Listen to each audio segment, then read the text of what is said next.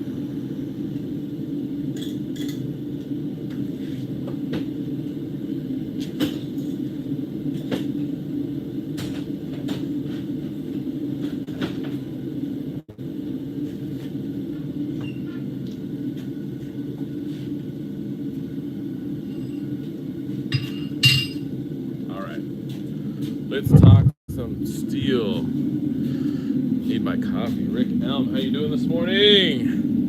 Okay. Where we left off. Good morning, everybody. Where we left off the other day, on Friday, I had forged out my steel. And I got ahead of myself. And I forged it the wrong. I missed a process. And so I started forging out another chunk of gradient that I had. You can actually kind of see. I don't know if it'll focus in on that very well. But anyways.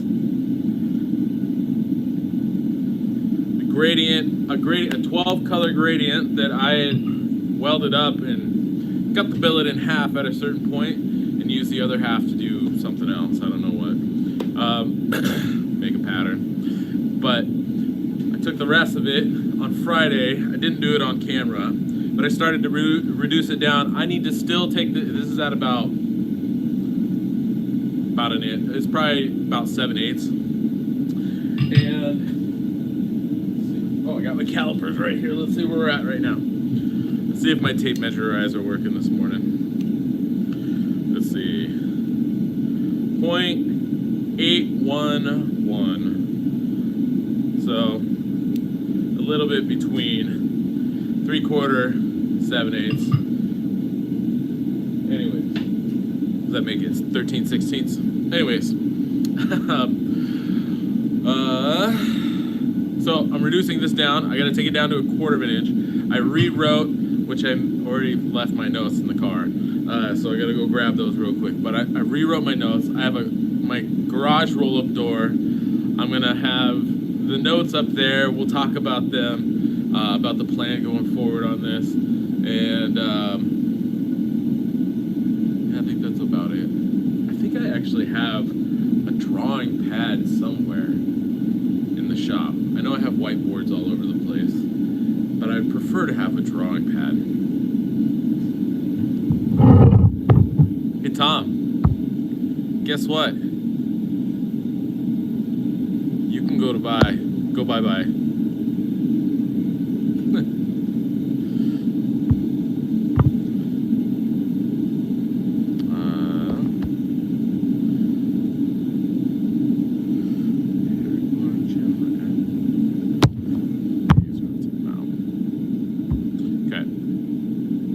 Anyways, let's see. So, forge is heating up. Steel is thing. Sorry, I got distracted a little bit. Somebody being a little shit. Anyways, it looks like there's 14 people in here. Jump in and say what's up, where you're watching from. I appreciate you guys. Anyways, so I gotta get that steel forged down. We're gonna go through that process. I'm gonna talk probably for this video. So this stream, I'm gonna be streaming for a few hours today, but it's gonna be broken up roughly into like 1 to 1 hour sessions essentially. This first one, I'm gonna finish forging out this billet, talk about my forging approach and stuff like that. But mostly it's about laying out the plan going forward for this next pattern. So then while this billet is cooling off, and I get ready to cut it up and prep it for the second round of forge welding and drawing and forging it out. We'll call that a break, and then we'll get back to it, and I'll post new links and everything. Greg, what's up from Coal Iron Works? What's up, brother? Mr. Kuntz. Greg Kuntz. Counts? How do you say that, sir? Anyways, I hope everybody's had a good weekend, wherever you are in the world. I had my eyes a little swollen over here. You can see I woke up with what felt like a shiner, but it wasn't black and blue. I think I have just like what's called a sty, I guess. And essentially it's kind of like a zit or a pimple, but on your eyelid or in your eyelid. And mine's in my eyelid, and it does not feel good. So anyways, that's what's going on with that. Otherwise, so something I do want to add. Rick's watching from sunny Northern California. Yes, sir. Our Roblox 902. What's up? Counts. Great counts. All right. Thank you, sir. I was really frustrated that I messed up that pattern, or I missed that. What did I do? I missed a step, and now I gotta step back and go through 2 more processes just to get caught up to where I was on the first video. So,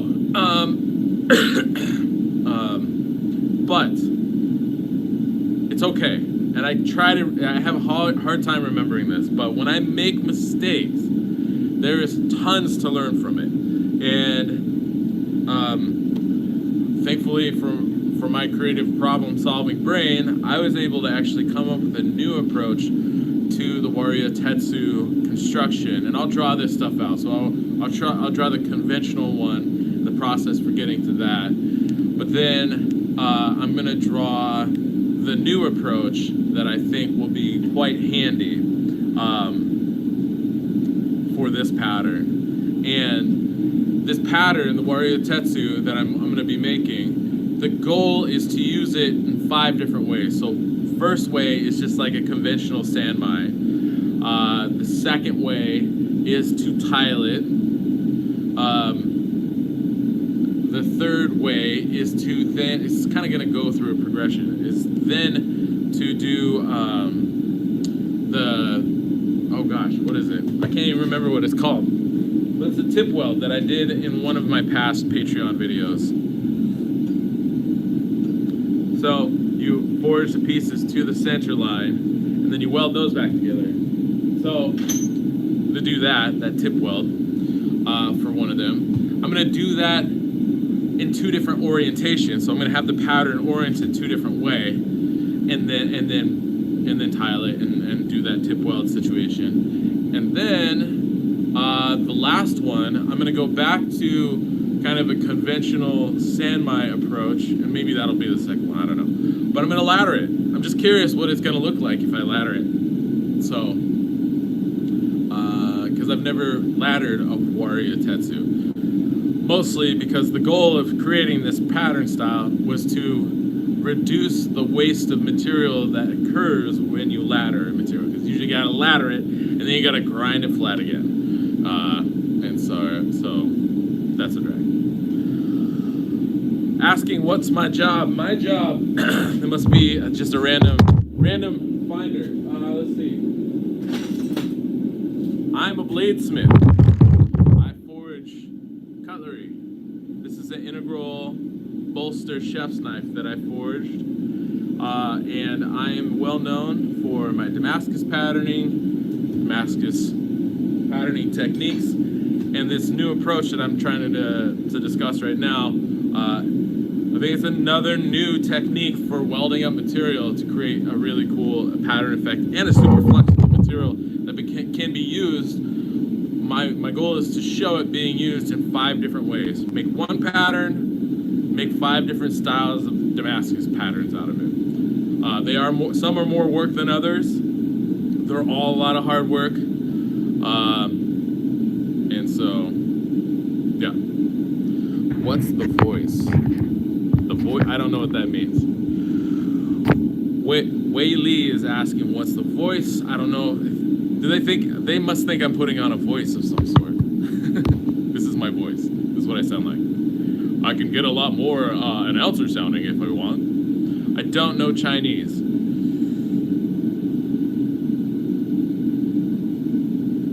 I don't know. Sometimes I'm good at reading names.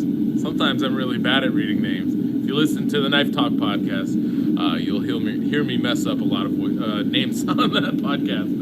Anyways, all right, so the forge is still heating up. It's going to take a few more minutes. Like I said, all I'm doing in this round is just forging this stock down. Again, it's about 13/16. It needs to be forged down to 1/4 of an inch.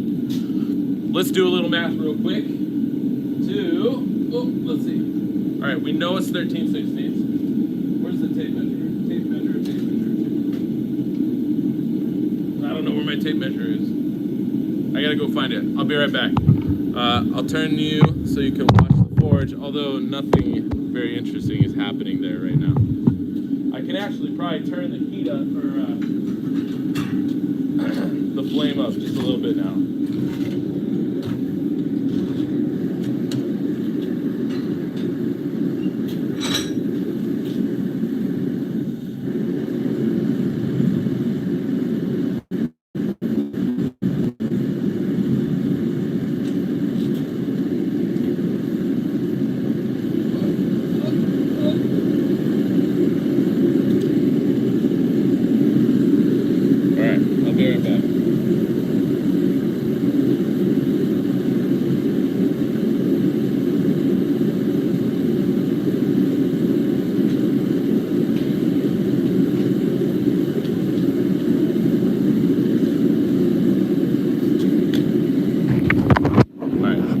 Take a look inside the forge real quick. So my forge style is a Venturi burner. So it's just a tube with a flare at the end. So the gas flows up, it shoots through an orifice down the tube. The pressure of the gas draws air with it. You can unlock this using this little bolt right here to loosen it, and I can rotate it so it can shoot either straight down in line with the tube or off center, and that will affect the way the fuel burns in the chamber. And then you see it comes in and it swirls around on the inside of the forge. It's probably hitting about 1800 degrees right now. All right. Evan Davis, what's up? Davis says, what's up, Dan? Was thinking about you yesterday. I only got one bar down to dimension. The other one is, oh, Dan, I think he meant man. The other one is still thick. Might mix them together. Are you going to be at the Texas show this year? I am not. You guys, unfortunately, there's just so much craziness going on with my divorce stuff. I'm not really going to get into it, but it is difficult and frustrating. And I thought I was going to be also testing for ABS this year, Journeyman Smith. I don't think that's going to be happening this year. I'm finding myself more and more distracted with things that are going on, and it's just really challenging to get things done on top of that. Okay, so unfortunately I will not be able to play Texas. Oh, damn. Oh, I see.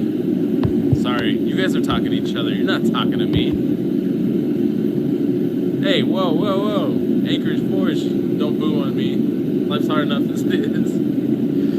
Okay, so I'm measuring this bar steel. It's 13/16 thick. It is, how wide is it? 1 3/4 wide. And let's say 10.5 inches long. So if we do some quick math, 0.811 times 1.75 times 10.5. There are almost 15 cubic inches in this material. So even though I screwed up the last bar, there's going to be more material when this is all said and done that we'll end up with probably at least another couple knives worth of material, which is going to be great. I'm not mad about that. But we should be able to try 5 different approaches to using this steel. So now let's say I need a piece of paper real quick. It's almost hot enough for me to start putting the steel in the forge. Let's see. Alright. I just need to make a note of some math. 1.75 times... Oh wait. Times point... not 625.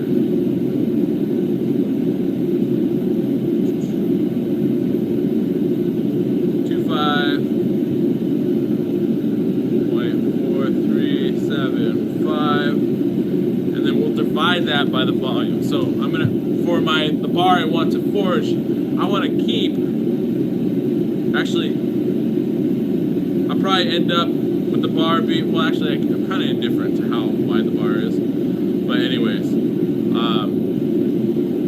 it was 14.9 cubic inches that we have. So the volume we have in that bar right now of material is 14.9 cubic inches. I'm going to divide it by 0.4375. 0.4375 is the number of the known dimensions. What we don't know is how long this bar is going to end up forging out. And this is kind of just for funsies. So we know I'm going to try to keep the bar 1 3/4 inches wide, and I want to forge it down to 1/4 inch thick. So I'm going to take that 14.9 cubic inches that we know we have in the bar. I'm going to divide it by the 0.4375. It's saying it's going to be 34 inches. So this bar is going to forge out to about 34 inches. It'll probably be around 30 inches at 1/4 inch. But what's great about that is I'm going to multiply it by 10. So when I take that 34 inches and then divide it by 10 pieces, that means each of those pieces is going to be about 3.4 inches long, which is great. I'm happy with that. I want it to be wide too because, let's see, 10 times 0.25. I'm only going to make it 2.5 inches tall. Let's see. Is that going to be wide enough? Or tall enough? So now I'm going to start playing with some of my dimensions because maybe I don't want to actually forge it down to to 1/4 inch because I want it to be a little bit taller. I think I probably want it at least 3 inches tall.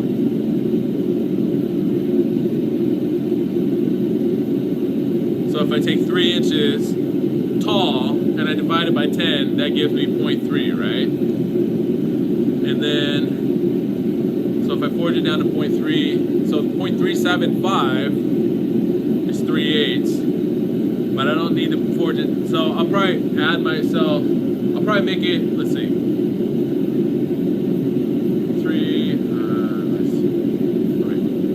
5 divided by 16. I can't remember what 3. Okay, so I'll probably forge it down to 5/16. That'll give me the height I want. That'll give me some room for cleaning up the billet while still keeping the thickness of that material, because 5/16 is 0.3125 of an inch. That I'm showing you this means nothing because it's all backwards. But anyways, so I'll forge it down to 5/16. I can then turn around and plug that back into my original math. So I'll say 0.3125 times 1.75, which are going to be the known dimensions. That gives us a new number of 0.54, we'll say 547. And then we're going to go back and divide our volume that we know we have in that bar, 14.9. We're going to divide that by those known dimensions of 0.547. That means our billet is going to end up forging out to about 27 inches long, which is fine by me, because you divide that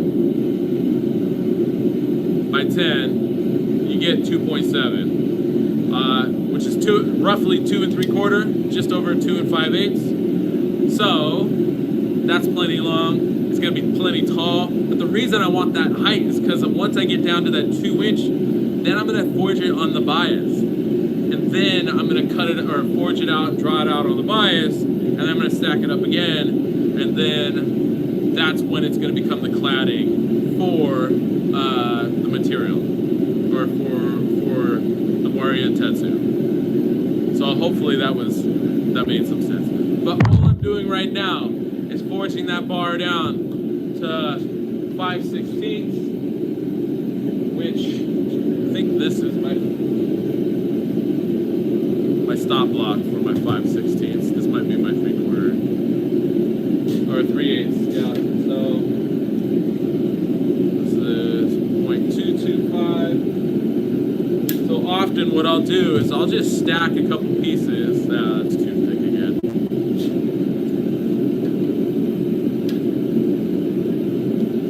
Of stuff I got laying around, but I really would like to hit that 5/16. This is just under.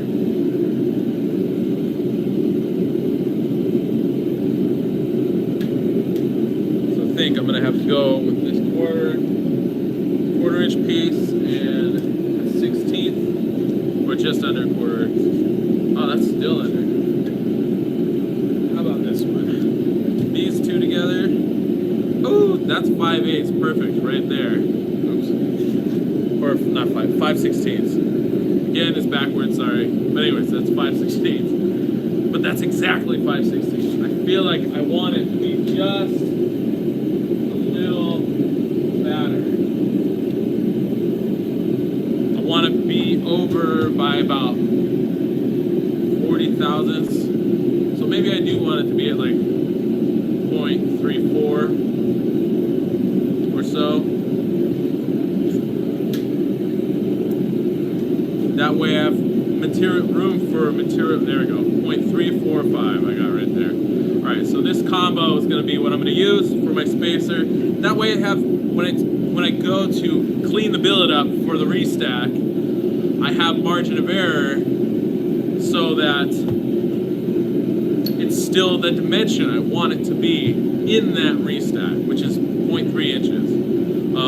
So this should give me enough room for not only for the material to dimensionally change. So when it's hot, it's a little bit bigger than it than it is when it's cold, like other things in life. And so as the steel cools, it shrinks dimensionally, and so it gives it a little bit of room to shrink, as well as when it cools down, as well as room for me to clean up the billet, and still stay or be at my dimension. God, that took a long time. All right, so that is our target right there. I'm gonna set this next to my forging dies, and then let's see. still want that width to be nice and wide, right? We're gonna shoot for 1.75. Let's see, I think this is 1.25. 1.3. I know this is 1.5 or ish, 1.5 ish, 1.48. And we want it to be 1.75, right? That's 1.7. So that means for 1.75, we probably want to be over actually just a little bit at 1.8. I think I'm actually going to call this good. This is 1.82. So this is my other set. So this is my set. This is my thickness, or for the height or the width of the bar. It's going to be 1.8. Again, I want to overshoot my size because I want to account for the reduction that's going to happen. Anyways, I got my thickness or my thinness, the thickness of the steel and the height of or the width of the steel. Now I'm trying to decide, what did I do last time? What do I want to do? I'm trying to decide if it makes sense to use the drawing dies on the press and then the flat dies on the hammer. I will say the flat dies on the hammer are a little bit more of a pain to take off. So I'm probably actually not going to use the flat or the drawing dies. I'll probably just use the flat dies on the press to draw this out. Again, we already did the math. I know that forging it down to roughly 5/16, that's going to give us a billet that is about 24, 27 inches long. That's not too long. It's manageable. Forge is nice and hot. And I think we got our math figured out. We did that in time for the forge to heat up. So, I think we're ready. Just put the steel in the forge.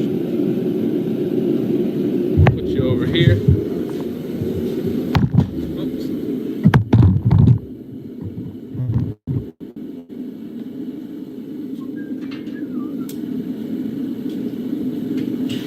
This steel currently is basically the length of the forge. My forge is only 11 inches long.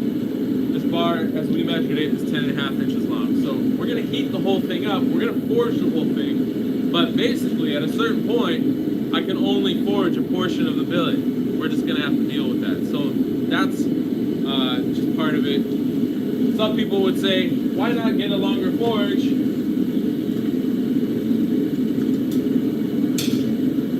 And I say, longer forges are great if you have the ability to work the full length of the billet. If you have a rolling mill, you definitely have the ability to work that full length. But usually when you're working under a press or and I have a small power hammer, but even if you're working under a bigger power hammer, you're usually only working a small section of the billet anyways. So I don't need the whole billet to be hot when I'm only working maybe 8 inches of the billet effectively, because in regards to drawing the material down, because the billet just loses heat quickly, actually surprisingly quickly enough that it doesn't want to move very nicely. So I'm good with working with small sections of heat because that's the only section I need to be working in that heat, and then I'll scoot it forward and heat up the other part, or flip it around. Actually, I'll probably flip it around and hold on to the other end. Actually, I'm not sure if I'll do that.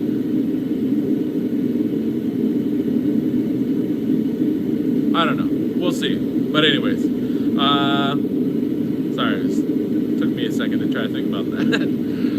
I almost had a brain fart. Anyways, yeah, so how's everybody doing? Anybody got any questions? Oh, you know what? I drank a lot of coffee this morning, and I also drank a lot of water. So I need to go to the bathroom. I'm gonna put you in front of the forge. Enjoy some ASMR while I. Alright, let's just scoot it in there.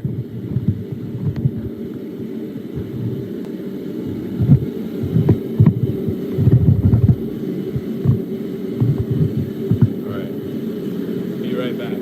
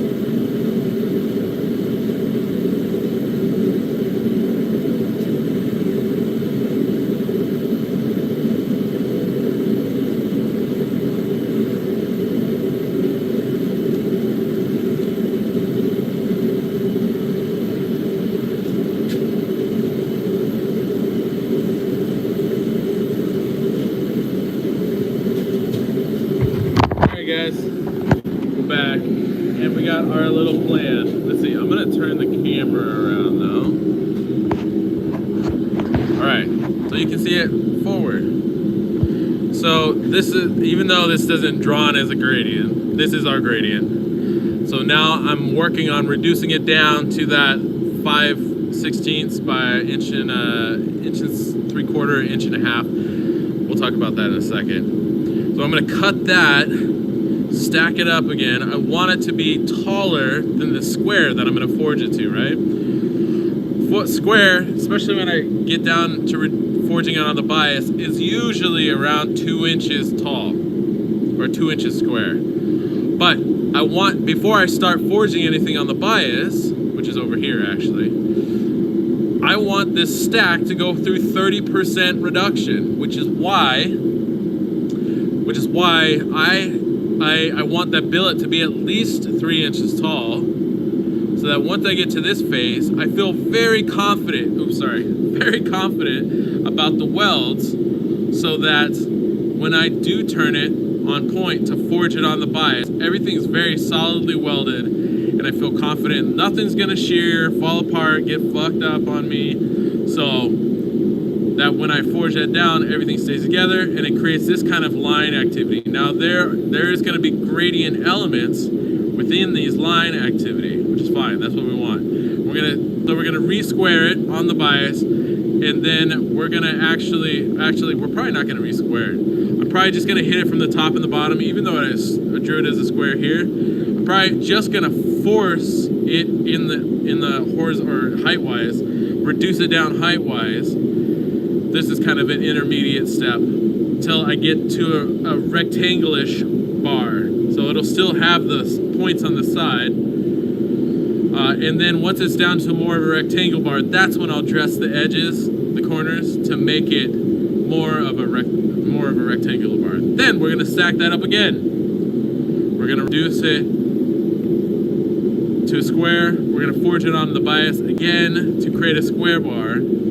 That will then reduce down to a rectangular bar again, but then this time we're gonna forge it, or not forge it, we're gonna cut it at a 45 right through the middle.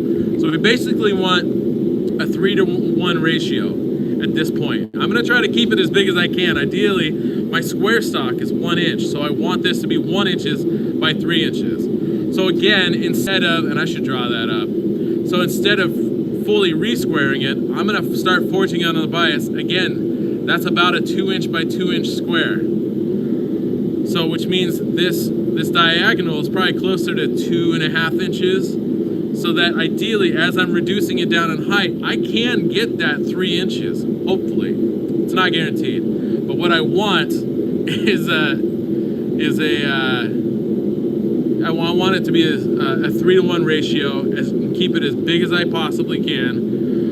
And if I have to take my 1 inch by 1 inch square stock and forge it down, that's totally fine. That's not a big issue. But I'm gonna cut this in half through the middle there at an angle, at a 45-degree angle.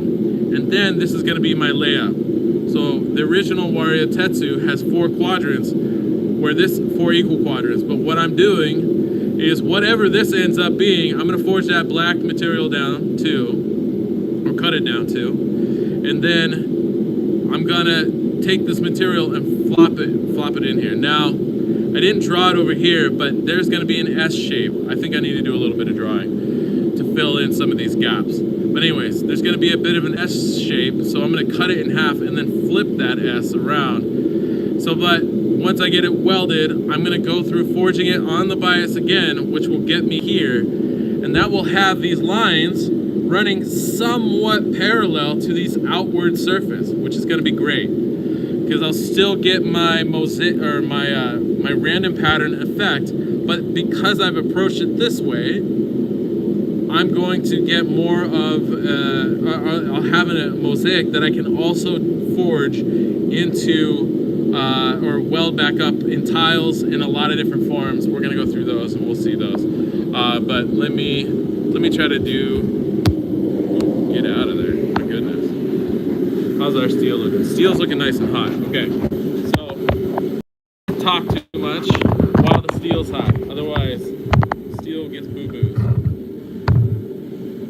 So let's bring us over here.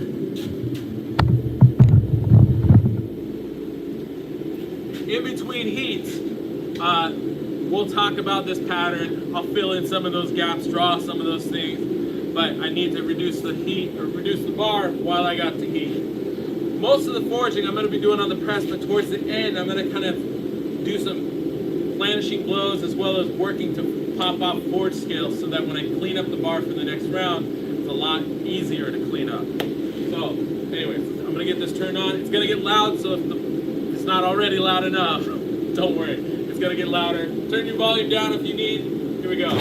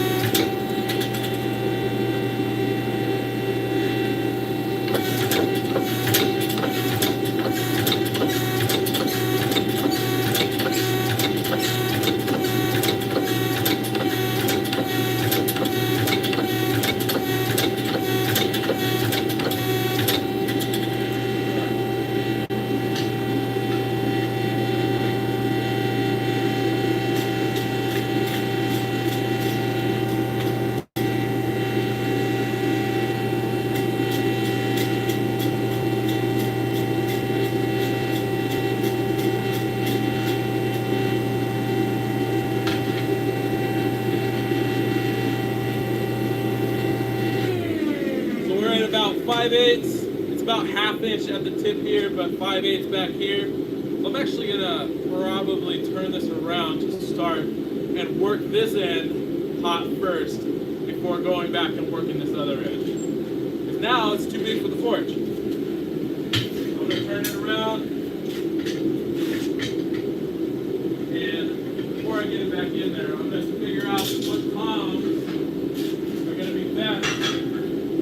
Grabbing this, I think, where are they? Here they are. I think it's going to be these ones. This will give me the most secure hold.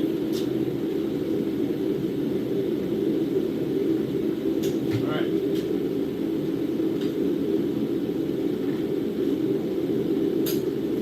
Great. Alright. Okay. So I decided, I realized as I was coming back from the bathroom, I had a thought, and that it is because I'm forging just slightly oversized, dimensionally speaking, thickness-wise, because I want to hit that target. I'm not going to change the thickness, but I am going to adjust the width. So right now, I'm at about 1 3/4, right?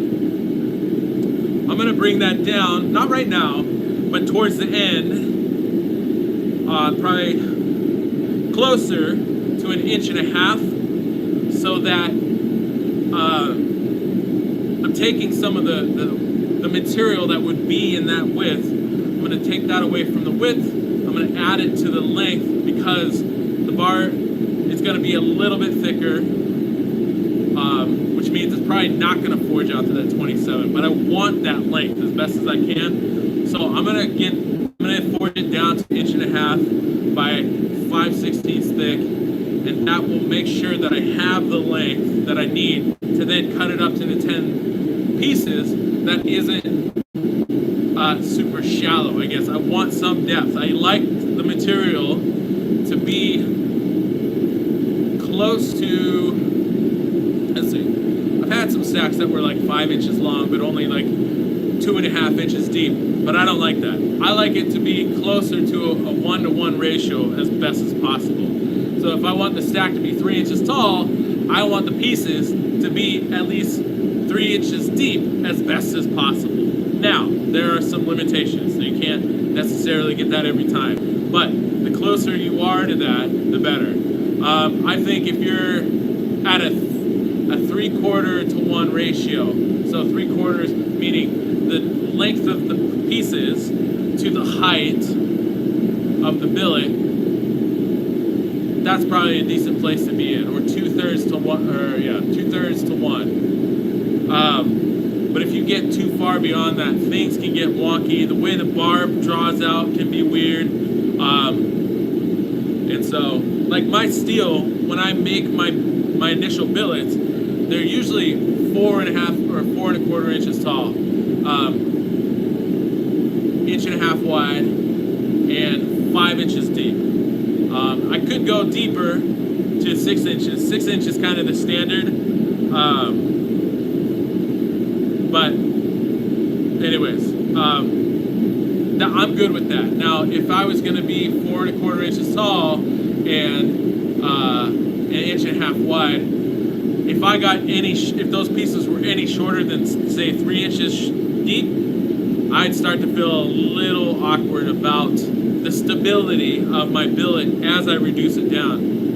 I know we've talked before on the Patreon about my 3-to-1 ratio for height to width, and it's already pushing that 3-to-1 ratio when I'm doing 1.5 inches wide by 4.25 inches tall, right? I'm outside of that ratio by 3/4 of an inch.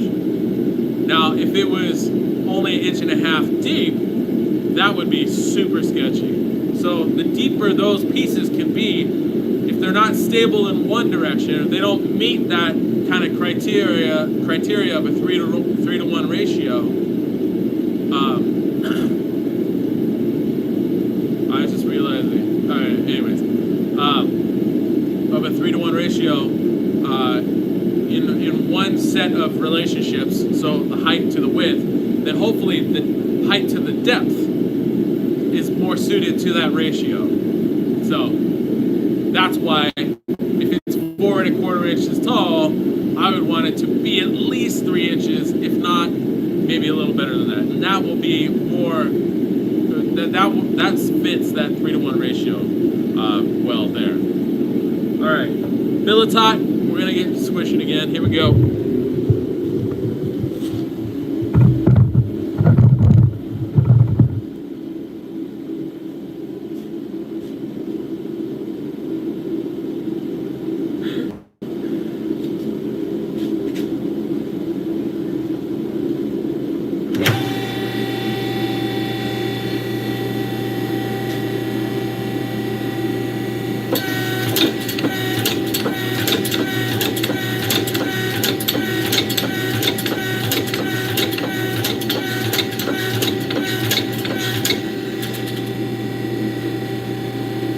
Curve. So I always want to flip it over to help undo that curve. I'll explain in a second why it ends up a little curved.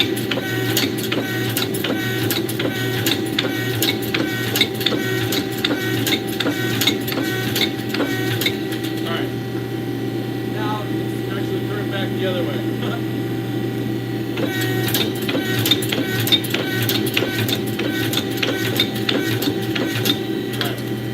Relatively straight. It doesn't need to be perfect. We're going to flip this around. Actually, this is all pretty consistently about a half. Just over a half. Probably 9/16. Since this side already has the key, let's start on this side.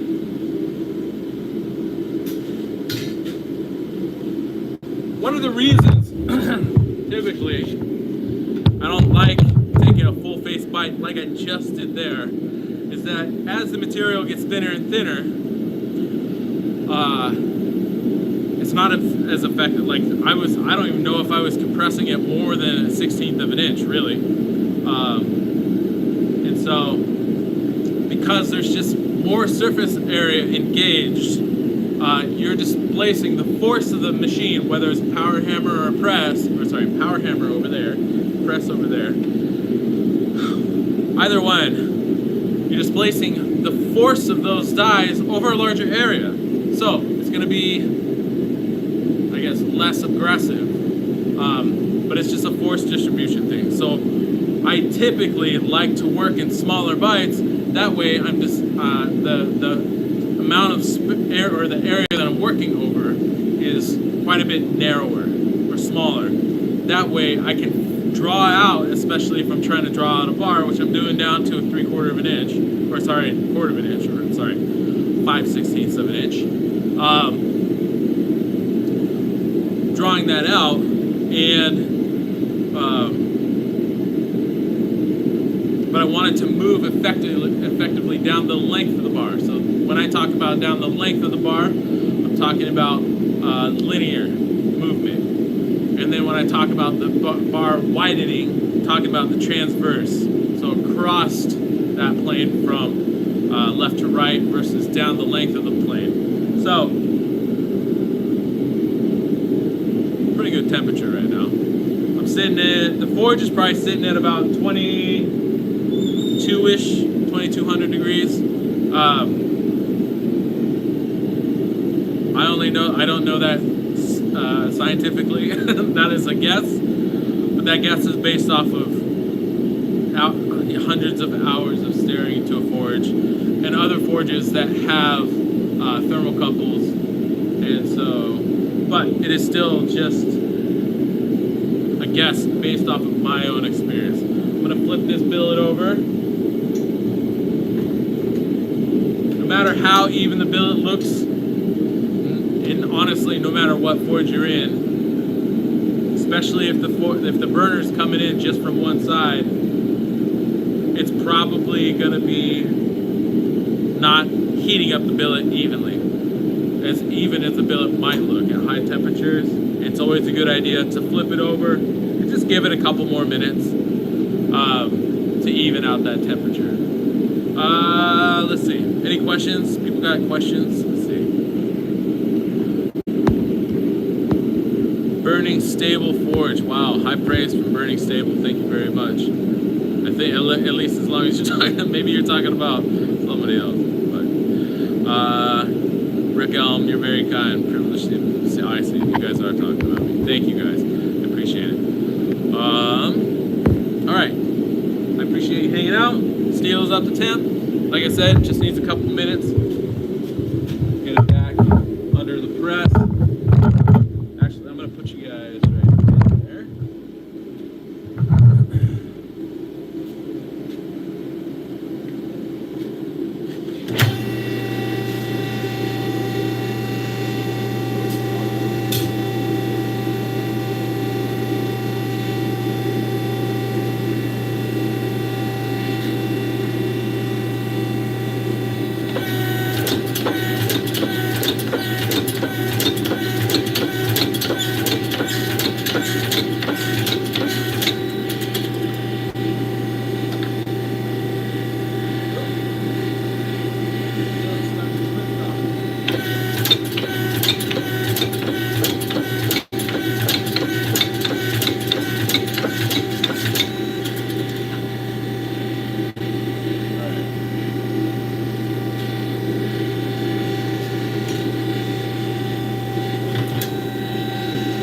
While it's still a bit hot, I'm not going to forge too much on it anymore in the other direction. I'm going to try to work that edge down. It's starting to get really wide. I don't need it to be wide like that.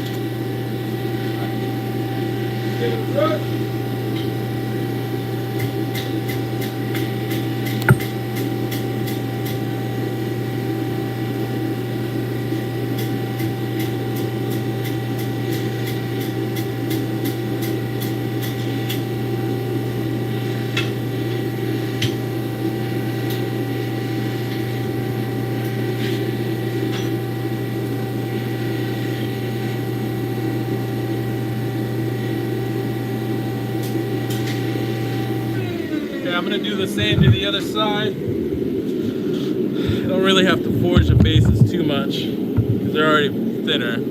But flat dies are getting to a point where not much is happening. So now I'm gonna put drawing dies on the press. Well, after I do this next round of forging, along the edges, I'm gonna get some drawing dies on the press, and I'm gonna use them, but I'm not gonna be super aggressive. A lot of people wanna just go, I'm still gonna be massaging my billet. So that means like roughly 1/8 of an inch to 1/4 of an inch reduction, but nothing too crazy. I still want to work that pattern down as evenly as possible. But by using a drawing die, you're effectively reducing the face that is engaging with the billet, which means you're amplifying, bumping up your force distribution. More, same force over a smaller area, it just increases, what is it? Pounds per inch, basically, square inch. And so and because it's a drawing die, it's curved. So that means, I got it right here. So that means, O means for out. This faces outward. Anyways, this force is gonna vary. It's gonna work like a cross peen, honestly. Right, so you can more forge in a more like a linear direction, intentionally, or whatever. Like maybe you're trying to. It just means that it's gonna determine what direction the material flows. It's gonna flow more predominantly perpendicular to this curve. So the curve's like this. The force is right in the middle here. That means the material is gonna flow this direction more than this direction. It will still flow side to side, just the slightest bit, but mostly, will this pattern have fuzz in it? Yeah, it will. But mostly it's going to be flowing linearly down the length of the billet. All right, my steel's hot. Again, I'm mostly just kind of dressing the edge to get that width down to a more manageable width than what it is right now. I think burning stable forge, when you're saying fuzz, do you mean the fading, the shading? Because that's the point of the gradient, is to create a shading effect.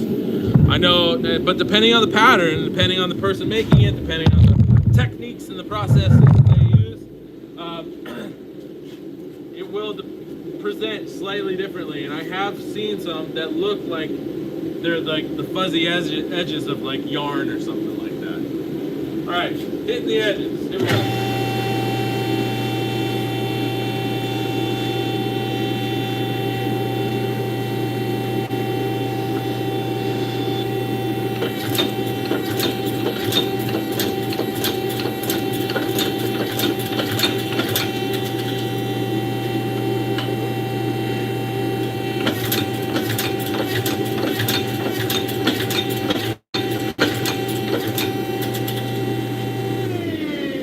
Alright, I'm going to brush it.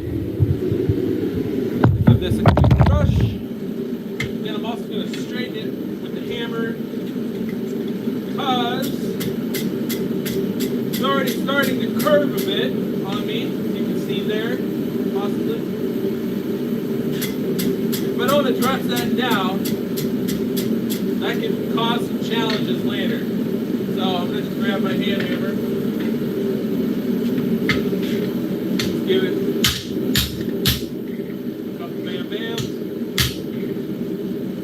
Doesn't have to be perfect. Alright. Put this back in the forge. Now, I put my drawing dies on.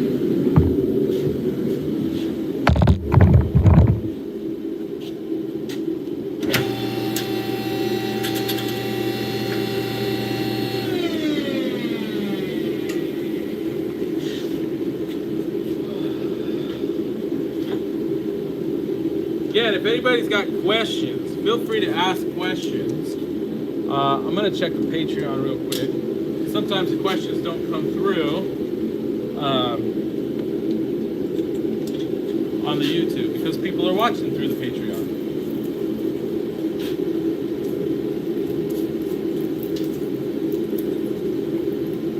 Just trying gonna knock some of that scale off. That's hot. Both of the dies are probably pretty hot because they've been touching really hot steel. Imagine that. Heat transfers. Ugh. God. There we go. Die wasn't playing nicely. Okay. I keep a shitty little brush like this handy just to clean out the channels. Compressed air would also work. Doesn't have to be super precise. I don't have to make a career out of this, but I can afford to take a couple minutes to do this. I'm not mad about that. Okay, before I put the dies in, I have these little spacer dies. Because I designed, oh, did that one go? I want to drop one of these. You don't want to play, oh, there we go. I made the drawing dies so that they can go in two different orientations. They can go in this way, or they can go in this way. We want them this way right now.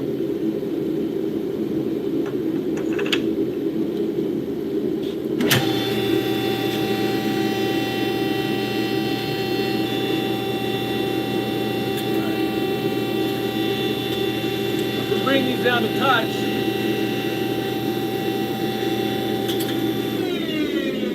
You'll see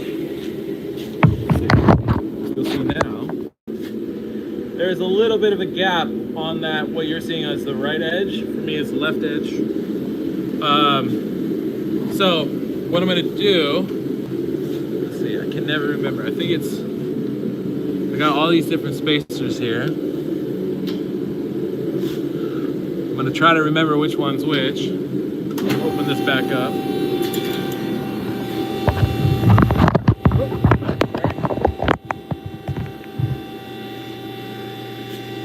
This is the right one. Yeah. That's basically my max reduction that I want right there. So, basically, I got these extra spacers in here to act as kiss blocks on the side. So that'll be my thickness that I reduce the billet down to, which right now, basically 5/16. I might throw a little shim on top just to give myself a little bit of room to wiggle with again. So I just throw it on. Here, let's turn this around. So I just throw that on there. So now, when I close this down, that gap is just a little bit bigger. That gap now is almost 3/8, which is definitely bigger than I want. So I have a thinner shim that I think I'll throw in there. But again, I'm not, let's see, I think the bar is at about 1/2 inch, so I just realized what I want without any shims, with just the one, it's about 1/4. The bar is at 1/2 inch right now, so I want to do an 1/8 inch reduction. So I'm gonna force myself to only do an 1/8 inch reduction using stop blocks. Now you'll see as I'm forging this out that the bar will curve on me.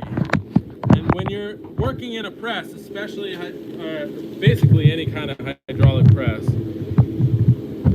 whether it's an H frame or not, or a C frame, or whatever frame, there is always a side, one side or another, that squishes a little bit preferentially. It also happens on power hammers, which is part of the reason you want to forge the material as evenly as possible. So what I'm going to be doing is I'll be using the drawing dies over here, and then I'm going to go over to the hammer and flatten things out.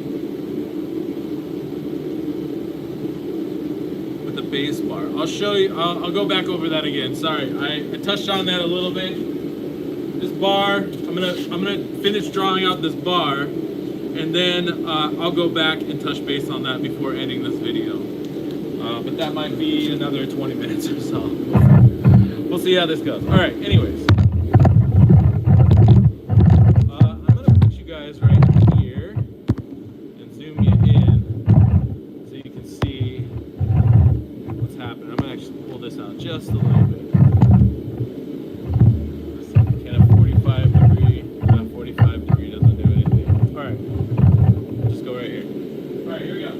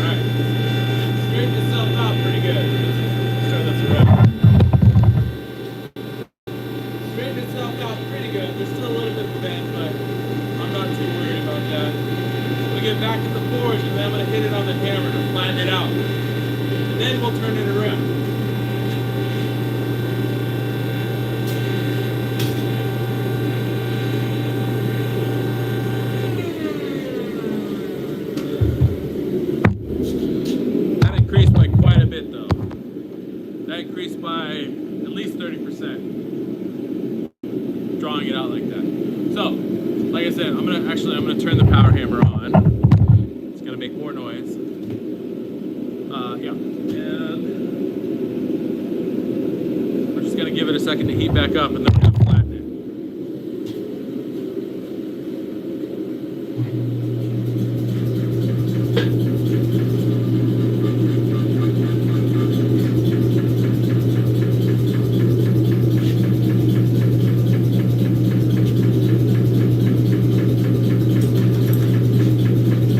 Adjustments to the hammer. Seems to be wanting to make some funky knocking noise.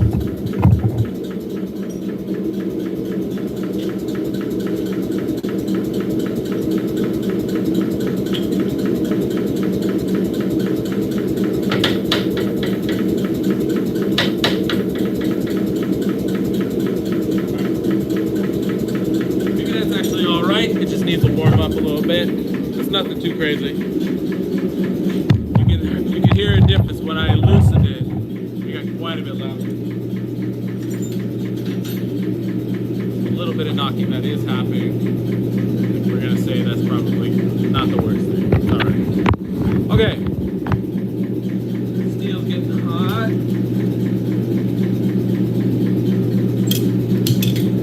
Oh, the knocking's going away. Things are warming up. The knocking's going away. I'm going to flip this bar over, give it a couple more minutes, and then we're going to go flatten it under the hammer.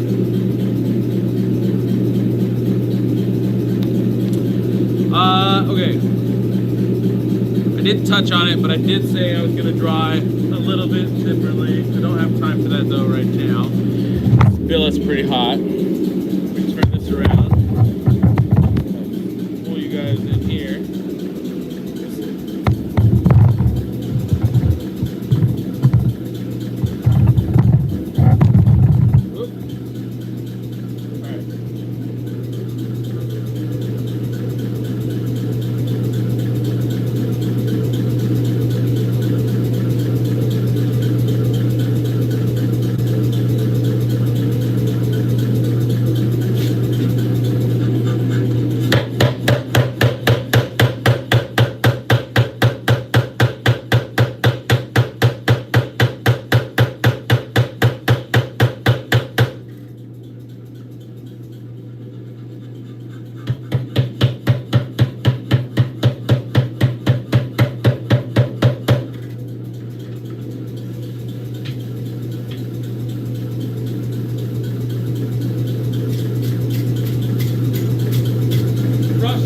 that fork scale as I can.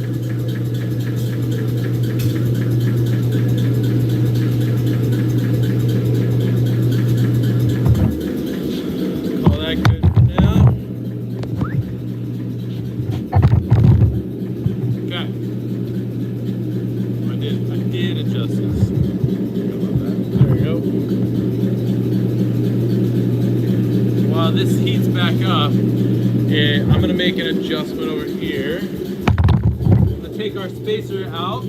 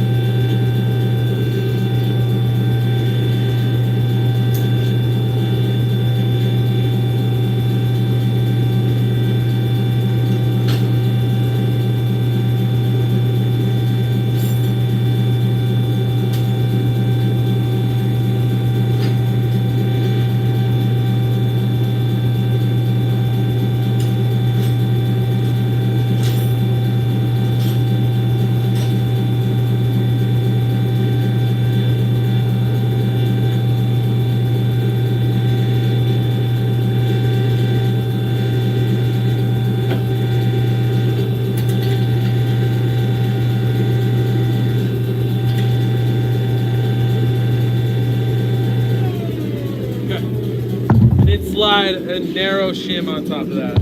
So right now it's basically it's like fatter than a quarter, but narrower than 5/16. So I want to fatten it up just a little bit. I have a spacer that is basically like a 32nd of an inch,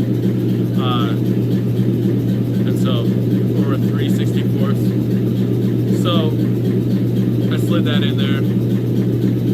Thicken it up. My bar is nice and hot again, so I'm going to get back in the press. I'm going to do this is going to be my final dimension for the bar, thickness wise. It is a little fat because I know that when I go over to the hammer to flatten it, that is also going to change the dimension just a little bit. So, but I'm still trying to stay fat of that 3/4 or 0.3 300,000 thickness.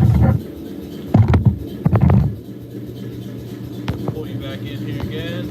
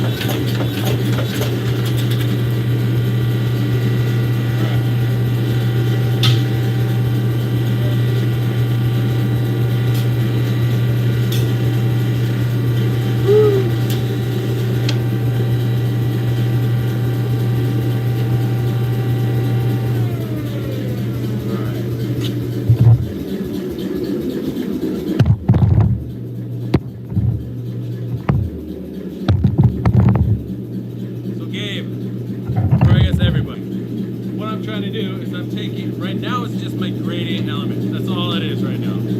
So what I'm gonna do is cut it, stack it, 10 high. Might go 11 in case I end up a little bit undersized. Might go 11 pieces high, just to make sure I get the height that I want. Because I want to go through 30% height reduction before I start working on forging on the bias. Because if I try forging on the bias sooner than that, the potential for the potential for shearing, at least in my experience, forging on the bias too early, which means not giving enough time and not going through enough reduction that the weld boundaries can shear.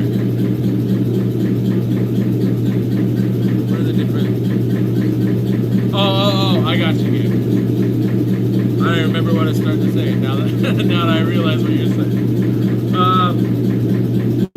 Hold on, the bar, because it's so much thinner now, it's heating up quite quickly.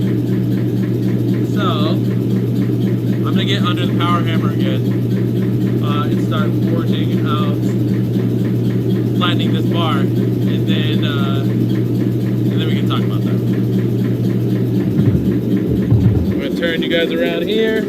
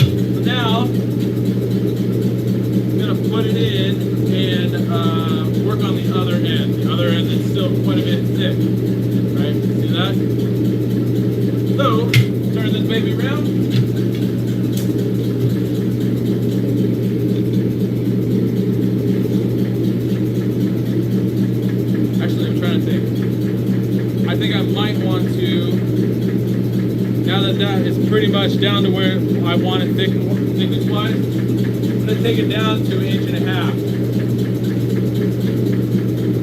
to where I want it width wise. And I'm going to come back over to the press,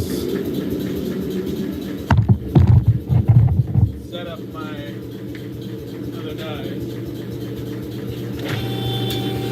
Flatten it. Basically, I use my press to set the dimensions of my billet, and I use the hammer to help draw out, to help forge, to help planish, to smooth out the billet. It's not a big hammer, so it can't really do a lot of heavy reduction. So we're going to slide these out. I'm not going to worry about the spacers. Oops, that's the top guy.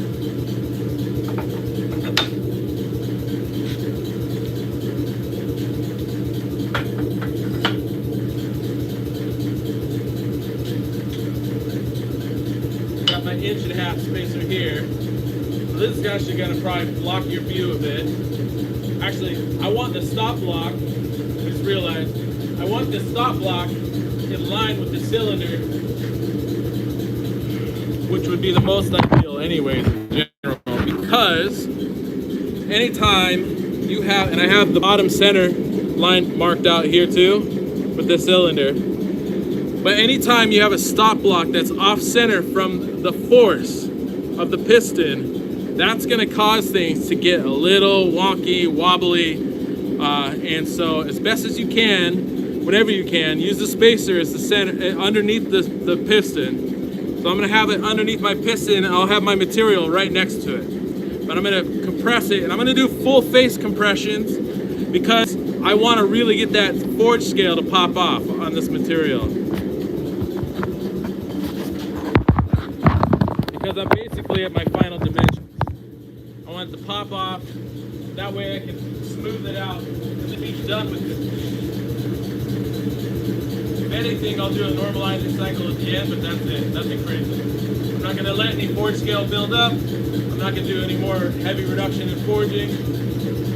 So, yeah, alright. Right here. Right here.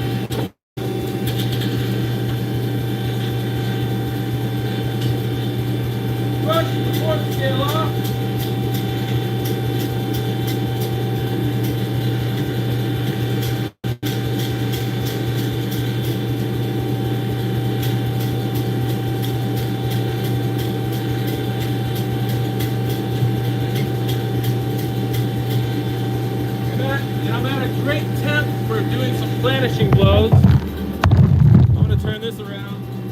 I'm just going to flatten this bar out across the base now.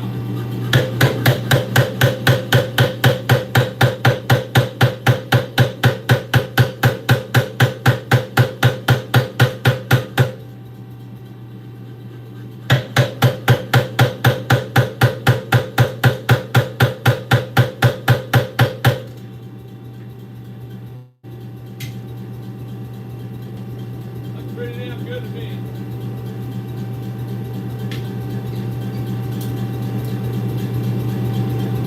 I'm basically sitting at my 5/16 thickness.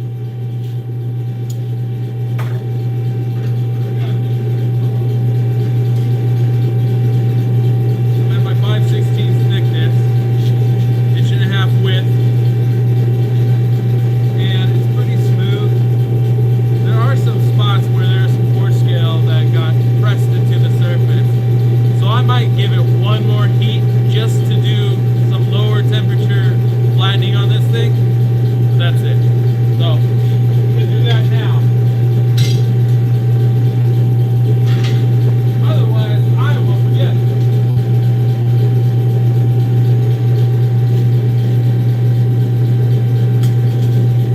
But I'm already at 2 feet long.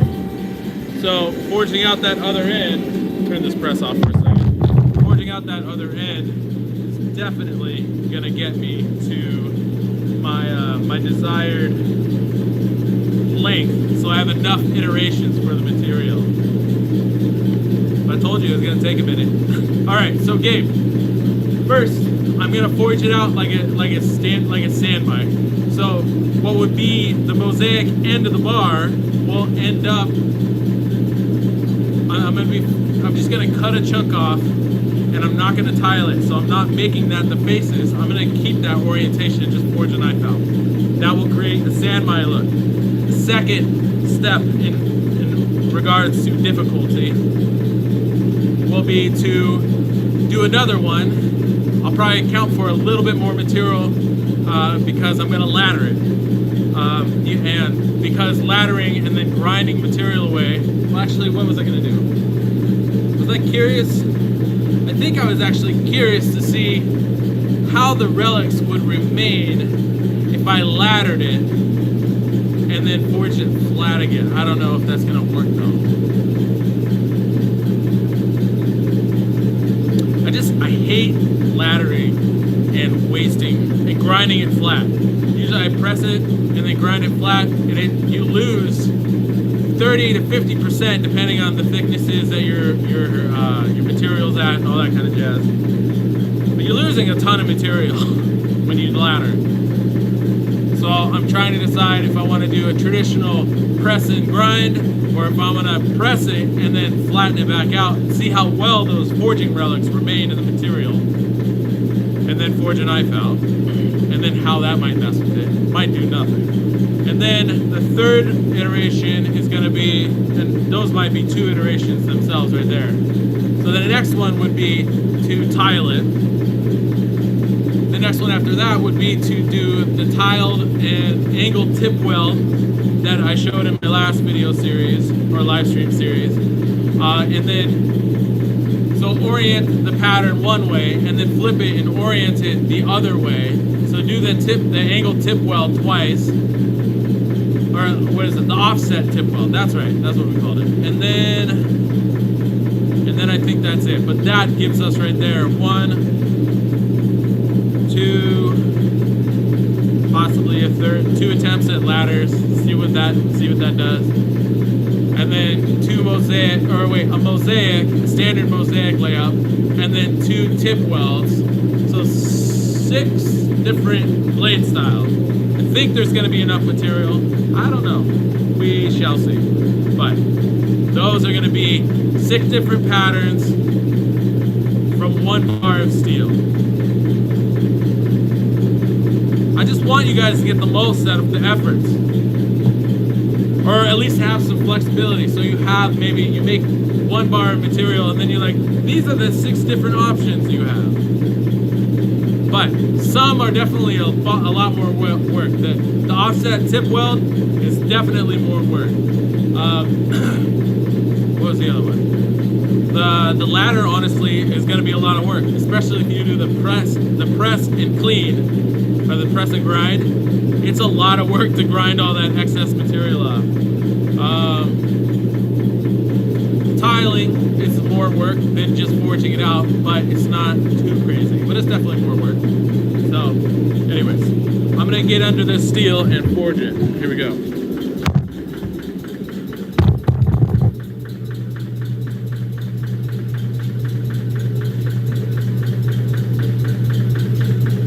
So give it a quick brush.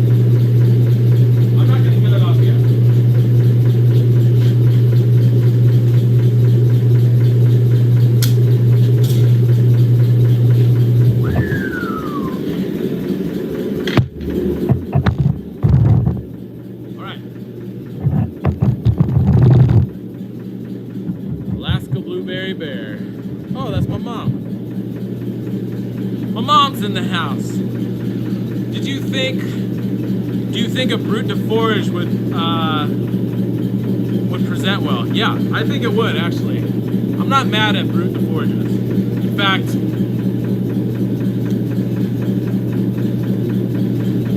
that could be a cool way to do the sandmine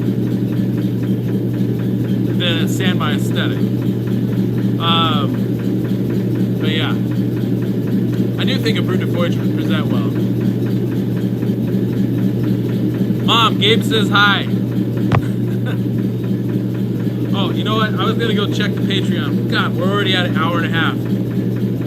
Thankfully, we got enough battery. The point of doing some of the breaks too and breaking up the video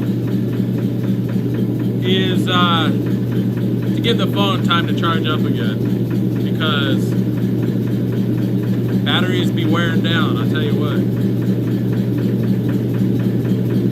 Alright, let's see. I'm gonna pop into the Patreon to see if anybody happens to be watching. Also, people on the Patreon, I just paused payments last night. So anybody that's watching this either live or later, I paused everybody's payments because, again, life has been challenging and very difficult. And from September to November, I was not present.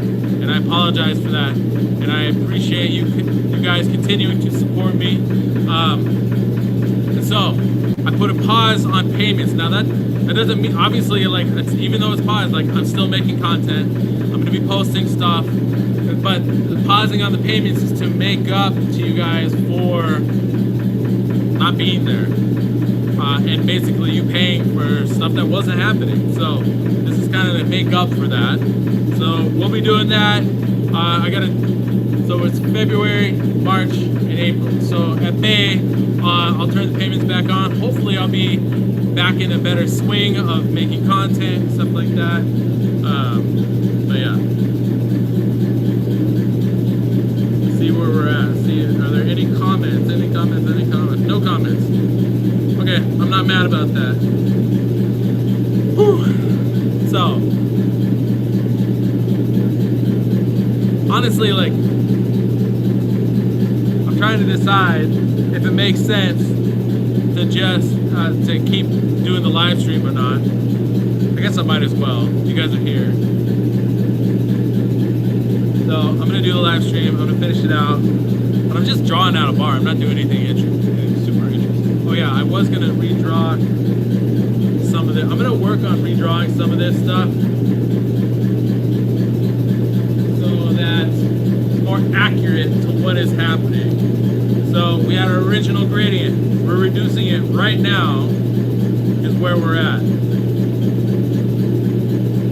I should make a little sticky note that can be moved that points. You're here now. This is where you are. Like on a map when you're at the mall. This is where you're at. You are here. You are here.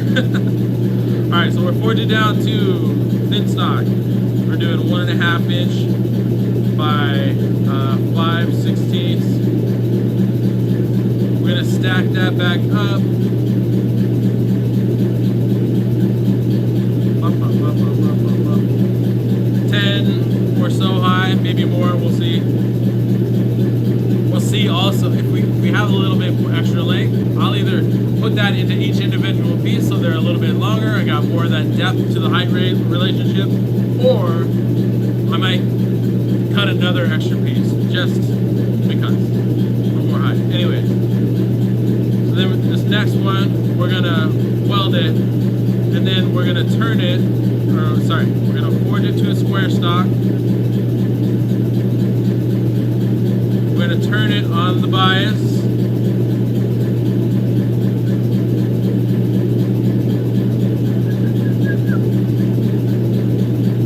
And then I'm predominantly gonna work in one orientation, the vertical orientation. So I'm gonna show kind of some intermediate steps. Because I'm only working in the vertical orientation. Okay.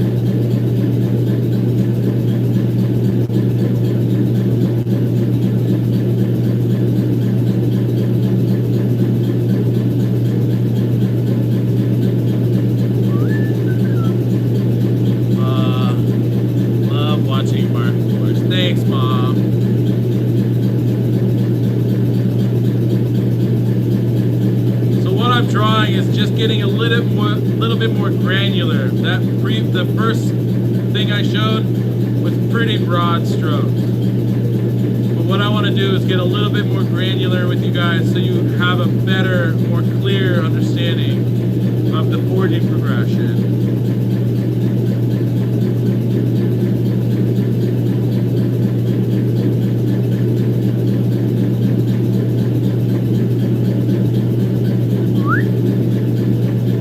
Tendency to make sound effects when I draw lines.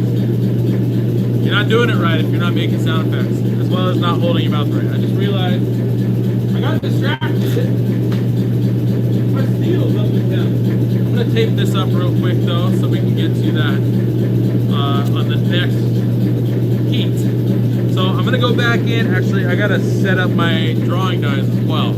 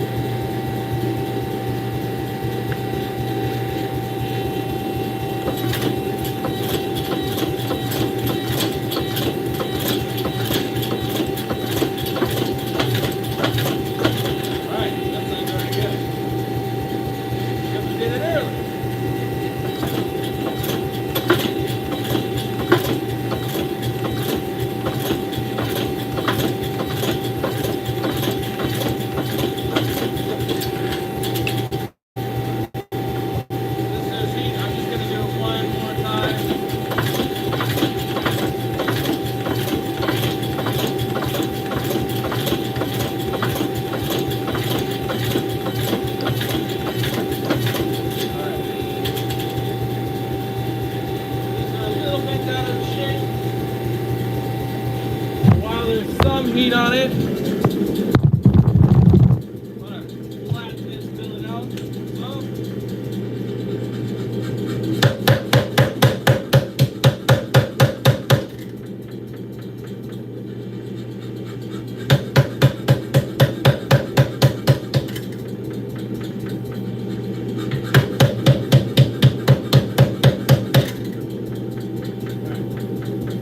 Not gonna be perfect. Turn it up and down.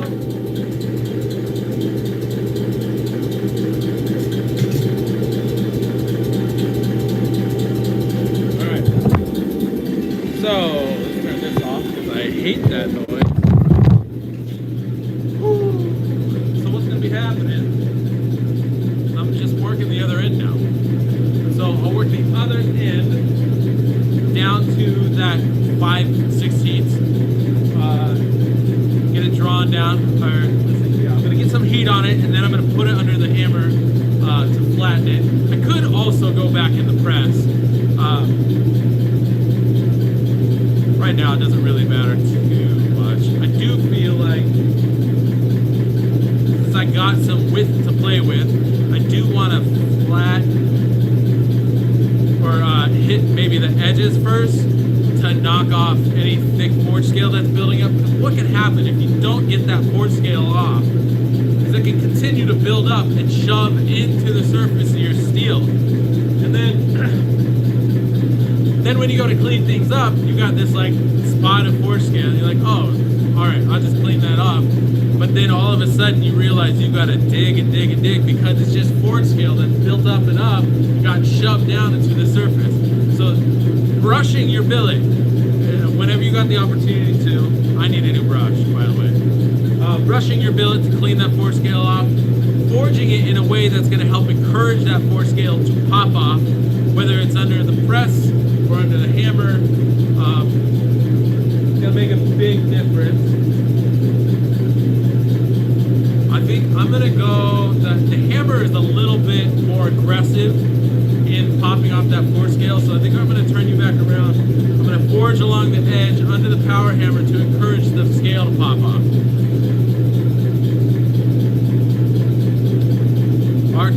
Arcolino is saying, no need to pause Patreon. I appreciate it. I feel like I got to do it for myself or I'm going to feel terrible. I feel like that's what's right to do, but I appreciate you. You guys decide you don't want me to pause it, then maybe I'll change it, but I need more than one person to say, don't pause the Patreon. I'm just trying to do what's right. Trying to do what's right. All right, here we go. I'm gonna zoom you in. Get that adjust just a little bit. I want that force scale to pop off.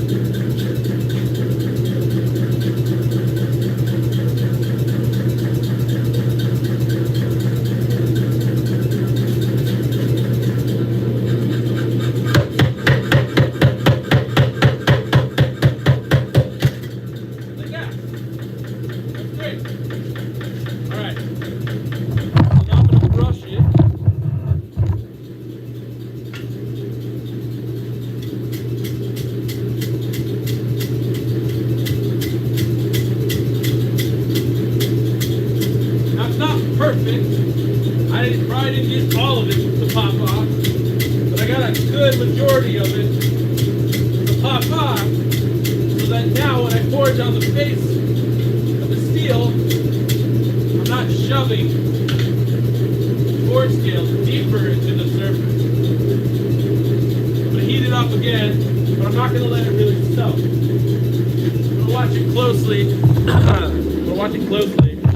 So that let's see, back out of here. I'm gonna watch it closely so that it gets up to temperature, but it's not soaking, because once it gets up above critical, that's when the carbon's moving around, right? And that's when forge scale starts to develop. And so I want it to be hot enough for me to forge, but not sit around at high temperatures so it builds up unnecessary forge scale. It'll probably still build up some, but it'll be so thin, so light, it'll be no big deal. Let me get you set up over here again.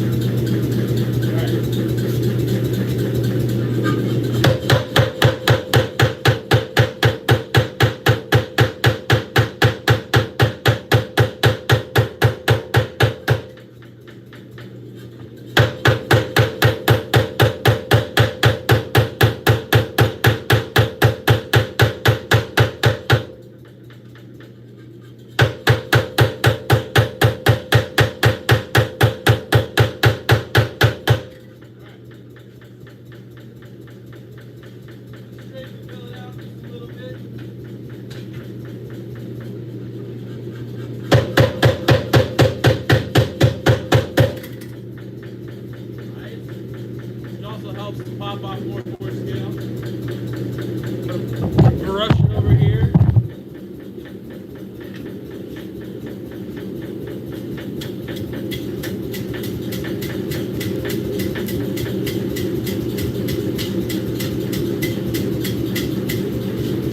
Pretty damn good.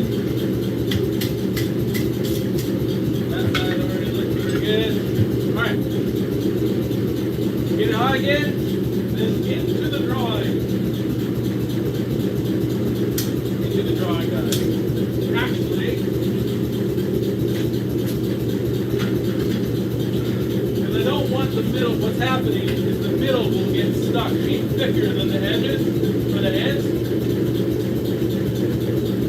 And I don't want to come back and have to fight that or fix that. So I'm actually going to put the billet in a bit deeper so that I can work that segment. I don't even know if you guys could hear what I was saying. The billet's getting long. Right now, only the ends are getting narrowed up. So I'm going to focus on the middle portion. I'm going to get it in the drawing dies. We're going to focus on the middle. And then, actually, you know what? I just realized I should probably turn this billet around. That way I have that handle that I'm glad I didn't get rid of yet.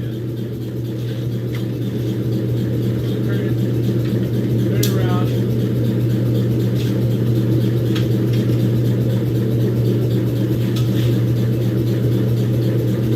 If I just do the ends, I'll end up with the width middle thicker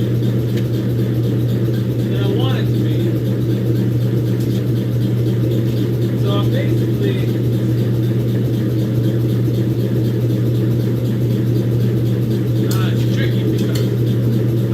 unnecessarily heat up, like I was talking about earlier. I don't want to unnecessarily heat up areas of the billet that I'm not working on.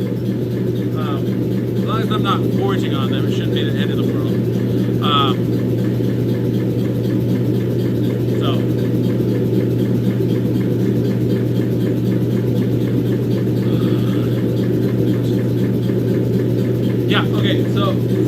Sorry, let me finish my thought. So, I'm letting myself get distracted. I'm going to work on the middle portion and then work on the end.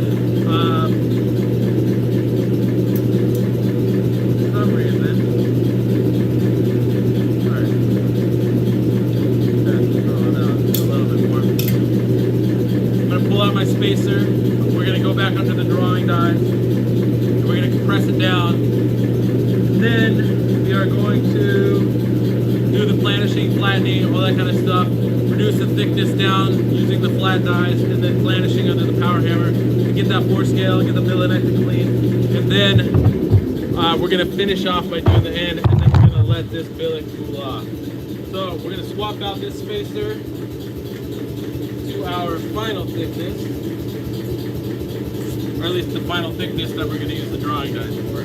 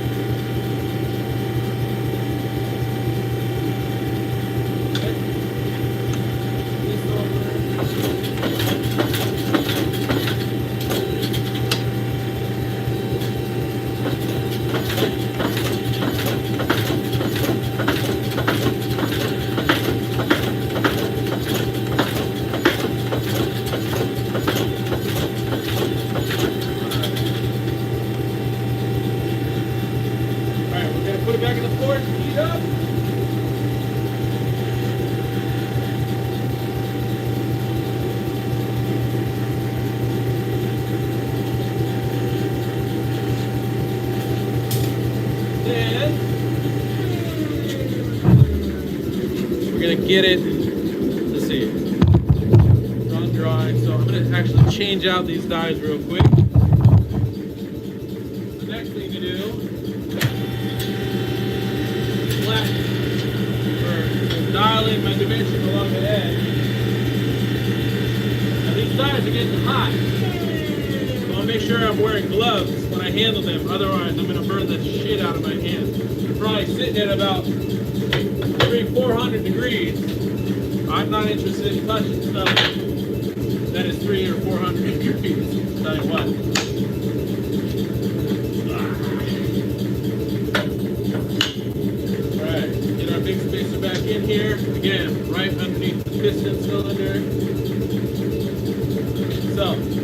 in, we will hit the edges. We're gonna get in, hit the edges, and then we're gonna flatten things and smooth things out over on the power hammer. Just gotta get the steel back up the tip, which is actually looking pretty good. So, actually I'm trying to decide, because the power hammer is great for popping that forge scale off. So maybe I'll start under the hammer, finish under the press. Then go back to the hammer to flatten the faces. Maybe that's what we'll do. So,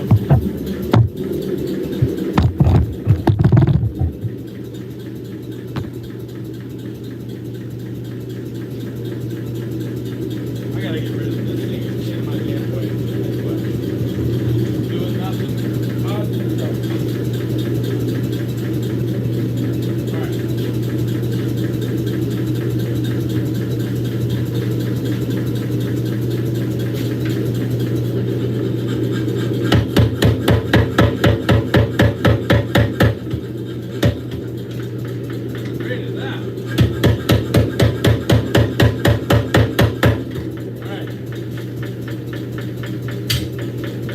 Brush.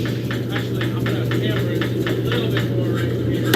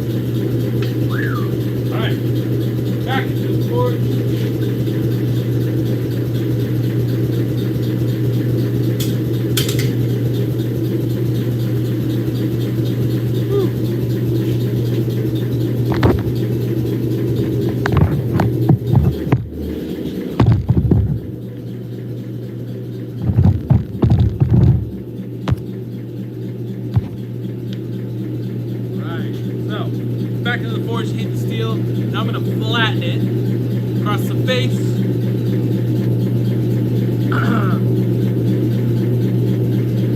And then I'm going to true up the dimension across the width. And then we might hit it again across the edge. Or across the face again, just to smooth the face out.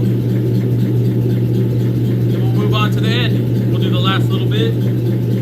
Call it good. Billet is getting quite long.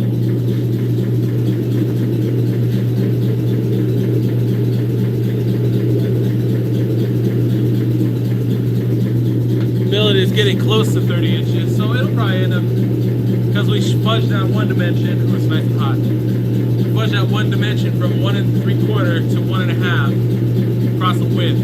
So that we get more length. We're going to keep the same thickness. And now we're back at 30-ish. All right.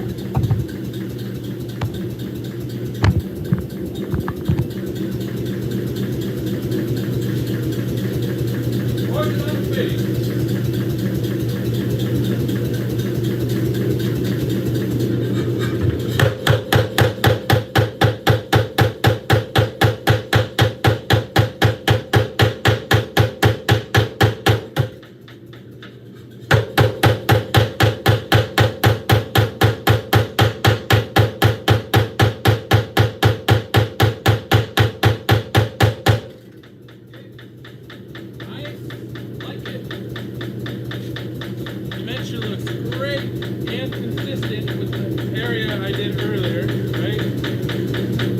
Pretty consistent. Doesn't need to be perfectly perfect, but pretty damn close.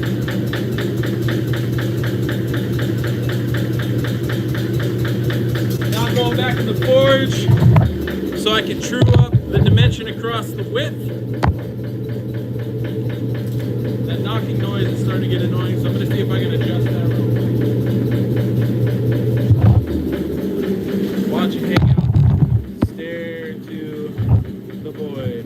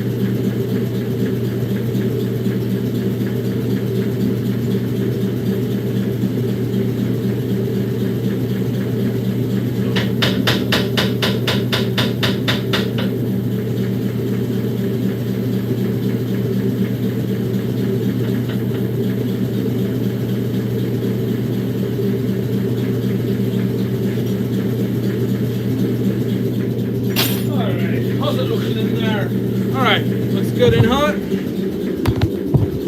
Back this baby out. I'm gonna hit those edges. I'm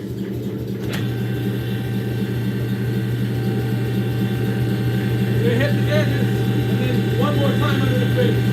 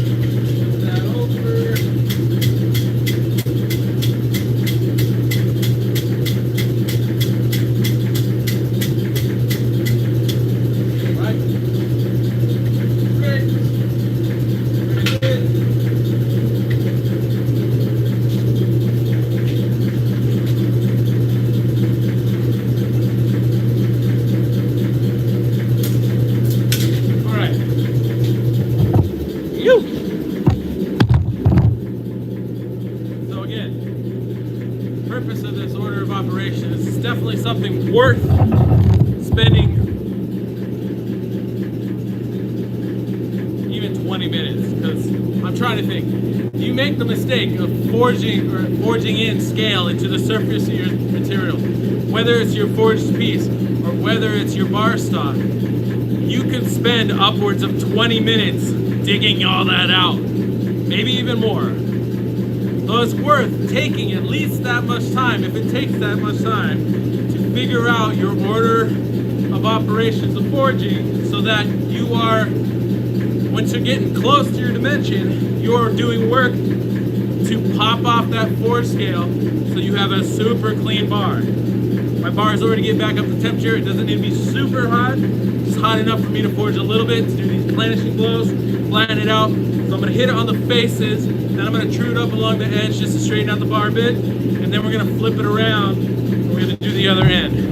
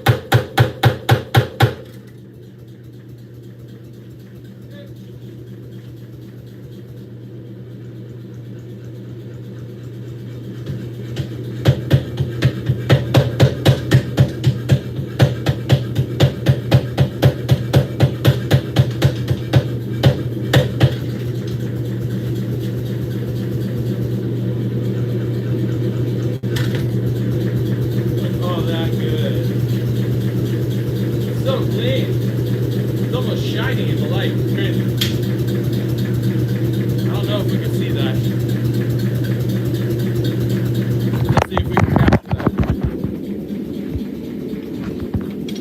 Oh.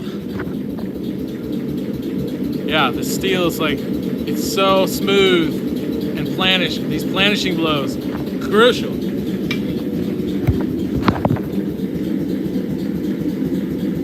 Oh. Well, tried to set it down on the anvil, but it wasn't balanced, and so it fell.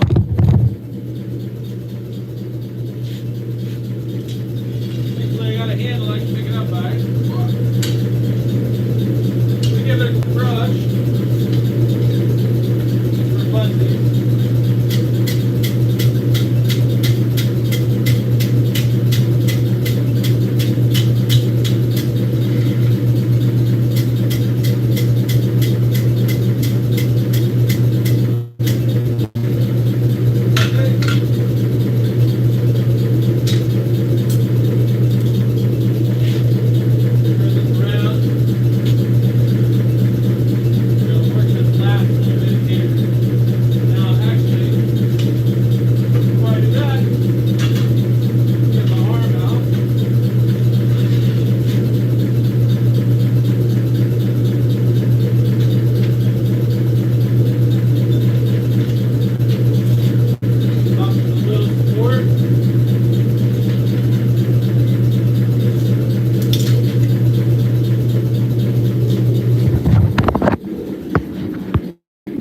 Tool arm, nothing crazy. I actually don't like this crossover piece. I used to put that in there to help keep the bar from going up, but now more than anything it just gets in the way. I've been meaning to cut it off for a long time and I just haven't. Anyways, yeah, look how smooth that, especially that area. Well, I guess the whole billet's pretty smooth, but anyways, that area that I just did the planishing in is so smooth. It's like reflecting the light like glass. So anyways, last little bit of forging. I'm trying to think where we're at. So we got one more round of drawing dies. I'm gonna swap out my dies here. So we're gonna take it down to the final thickness that we're working down to in the drawing dies. That 5/16.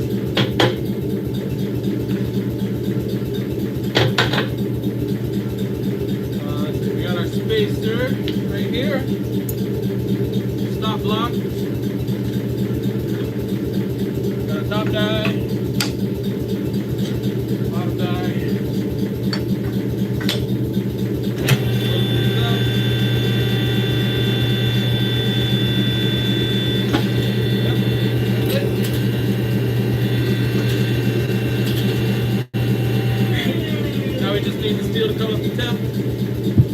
Kind of wash, rinse, repeat that last bit.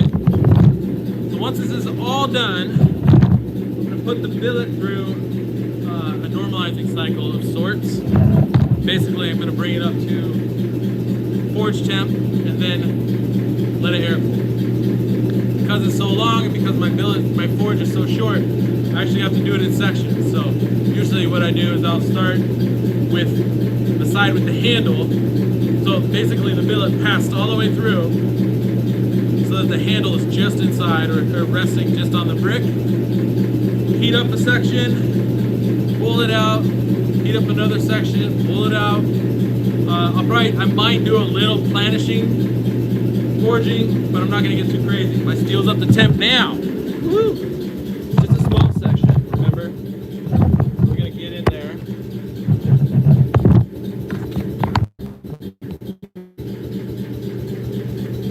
Get this last little bit.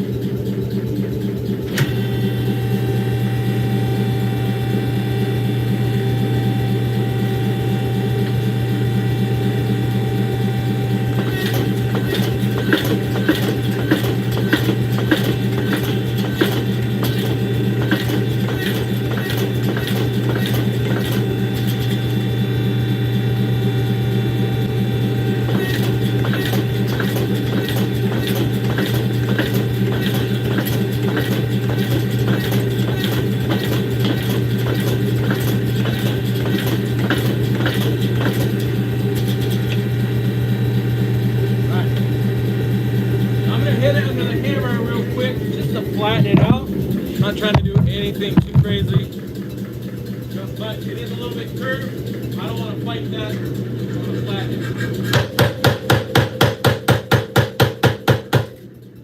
That's it. All right, back to the forge.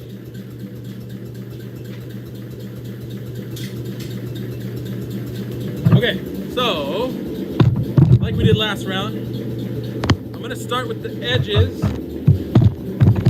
It's gonna be my plan, right? We're almost to our final thickness and final width. So I'm gonna start with the edges. I'm gonna hit it to try to get that forge scale to pop off, any forge scale that's built up on it over all this time forging. I wanna get it to pop off, and I'm gonna get it close to my finished dimension width-wise, but I'm not gonna go all the way there. I'm gonna rely on my press for that to get it that dialed in, which means I gotta change those dies.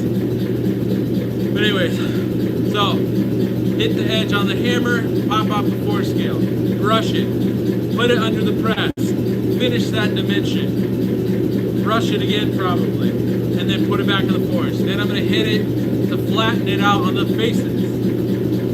Smooth that out on the faces. I'll probably do one more pass along the edges very gently. And then that should basically be it. I gotta change these dies out real quick, so here we go.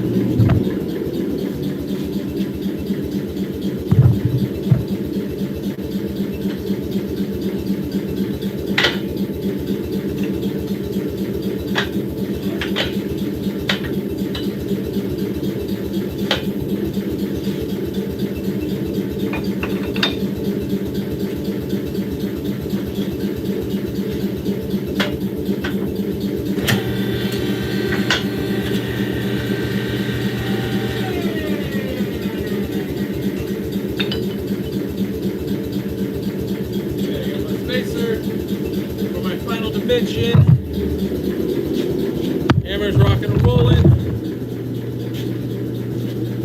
Steel is basically up to temperature. I'm just going to flip it to make sure it's nice and even.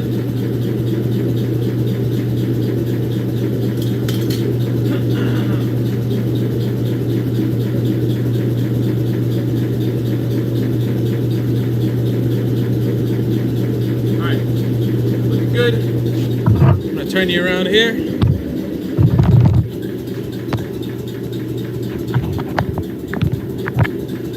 Figure out a position in the shop where the camera can hang out the whole time and I don't have to move it at all. Someday I'll be cool.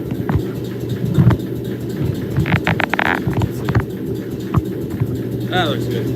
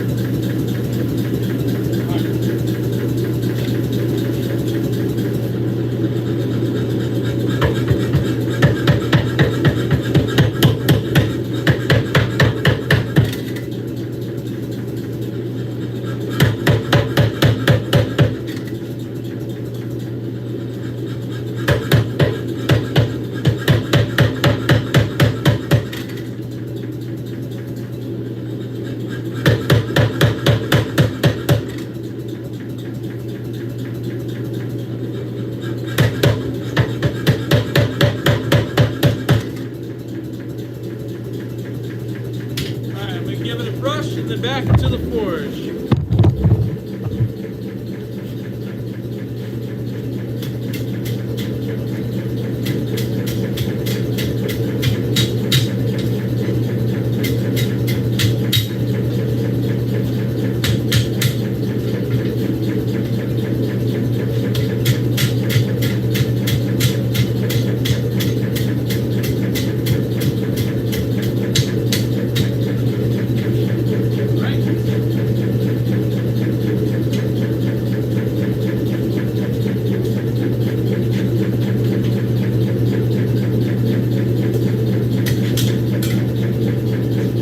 That section went from being about 6 inches long to about 8 inches long, just from narrowing it up a little bit. Now I can tell it's definitely fat of my finished dimension, but I did spend some time that round getting it a little bit closer. So you can see how it bumps out. It's a little bit fatter, which is great. So that changes my operations just a little bit because I spent that extra time getting to that dimension to increase, I guess, more opportunities for the forge scale to pop off around the outside of the billet. So I'm actually probably going to hit it on the face under the hammer first and then go dress the edges, and then probably go under the hammer faces one more time at a planishing temperature, which is kind of a lower temperature, around 1300 degrees or so, 1400 degrees. Just give this a quick flip.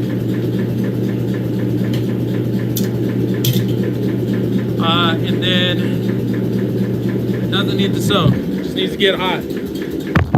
Hot enough to straighten things and smooth things out. Then we'll call it good.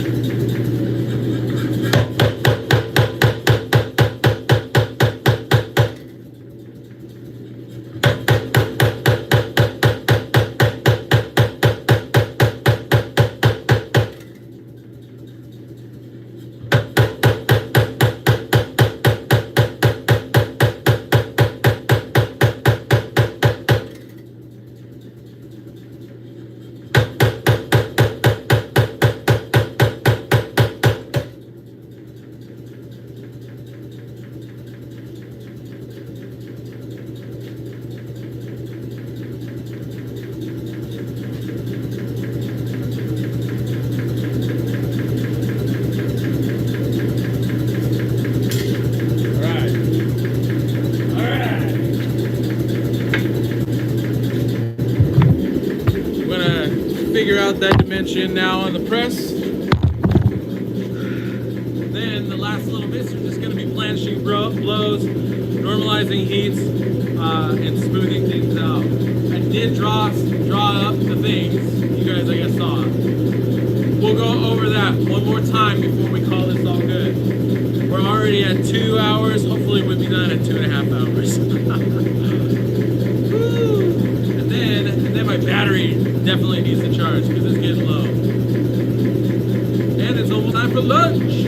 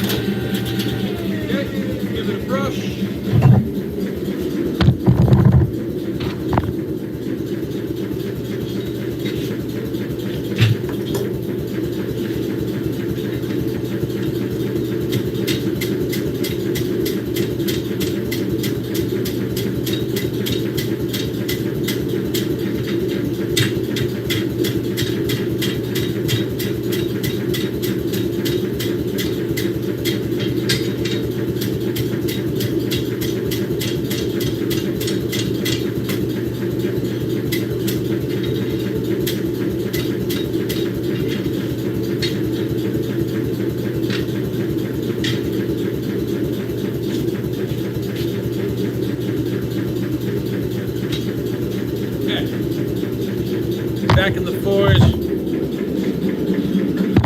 Again, now the rounds are gonna just be. I'm gonna planish this end of the billet, smooth it out, and then I'm normalizing the billet, and then I'm calling it done. Done for the day. Bye. not too bad. It is a slow process, but it's what it is, it's what it takes. It takes time, it takes some forethought, like the math at the very beginning, as well as organizing our forging progression. And then, yeah, it's some patience.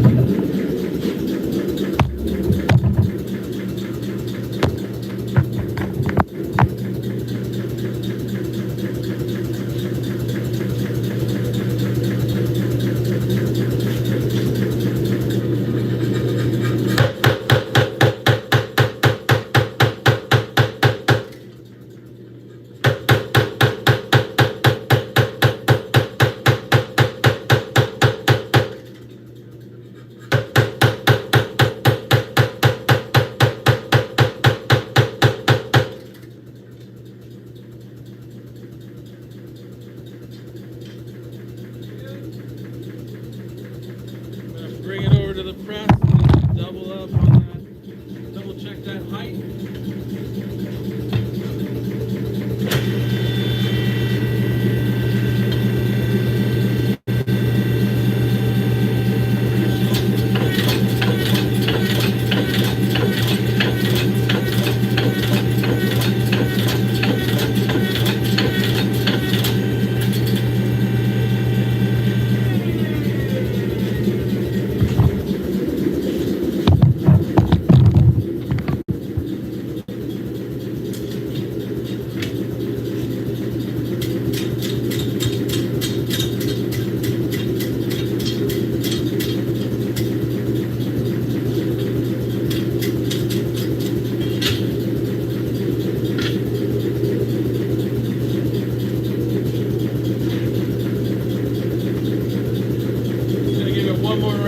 Blanishing, and then we'll call it good.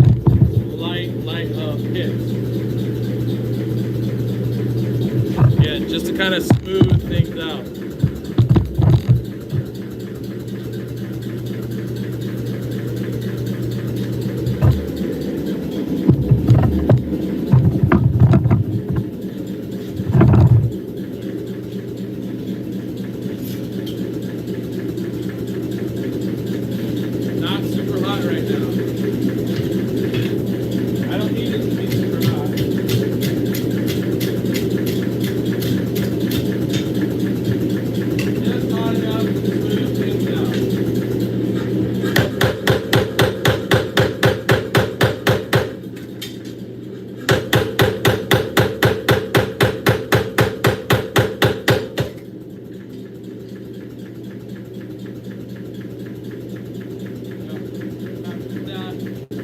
Straightness of the billet is actually surprisingly straight after all this forging. It's not perfect, but it's pretty damn good. So, now we're going to I'm going to turn the temperature of the forge down actually for a second before I even put the steel back in. Because right now, at the temperature it's at, it's easy to get hot spots.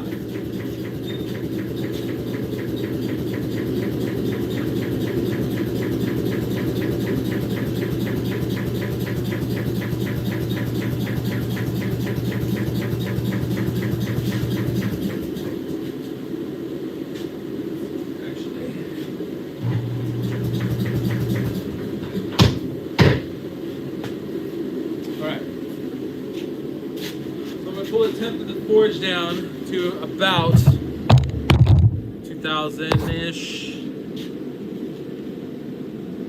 but basically to a temperature where things are a little bit more even,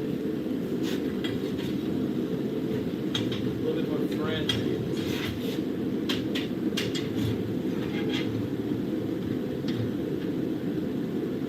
Put the billet in on edge, because if I put it down flatwise, the chances of it starting to bow out of straight are really high. So right now, that's where we're at. It's not perfectly straight, but it doesn't need to be perfectly straight. But I do want it not to sag, basically. So I'm going to start at that end. actually gonna pull it out, flip it around,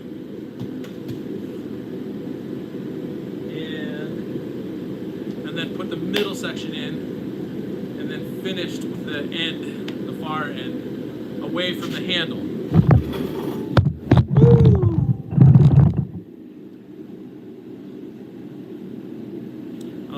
I don't think we're gonna hit the 2.5 hour mark. Probably gonna be closer to the 3 hour mark.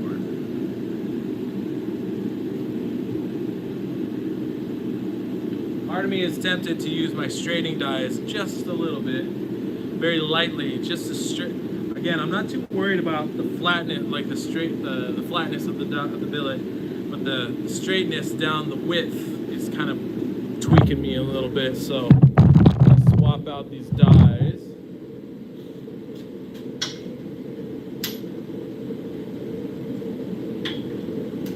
To my straightening dies. Actually, I can put right on top. I think I can. No, I can't. I'm going to swap these out. I'm going to take these spacers out.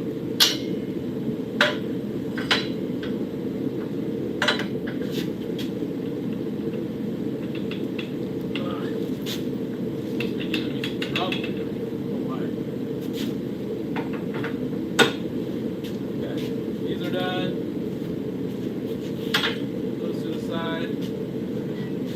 Straightening dies.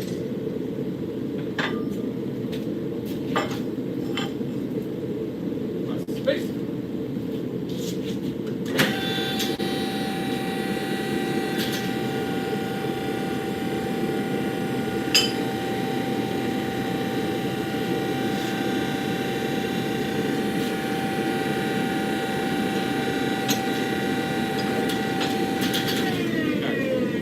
So I want it, again, that spacer to be as centered as possible. I'm gonna move you guys over here so you can watch this thing kind of straighten out as I go. I'm just gonna start with this one edge.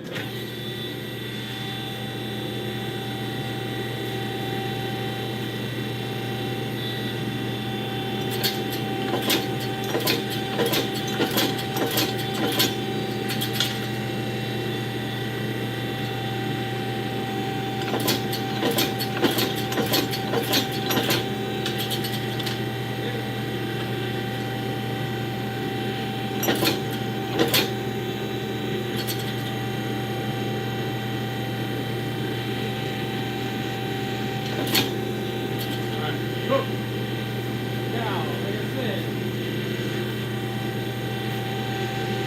actually, since I got it, might as well flatten it this way, just a little bit.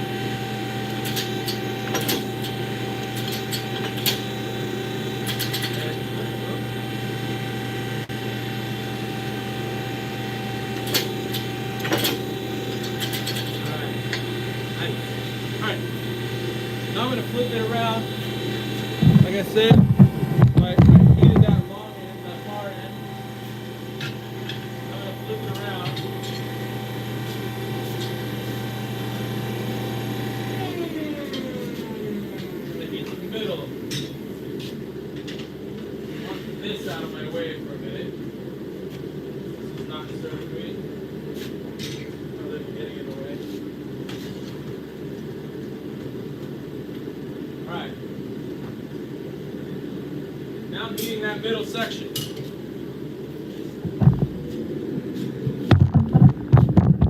Again, we're at a gentler, lower temperature.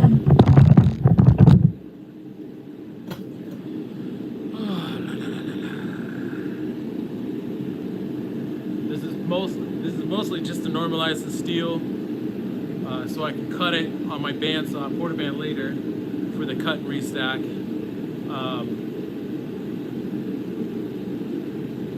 Depending on how I'm feeling. There are some days when I do this twice through, but most days once through is honestly plenty.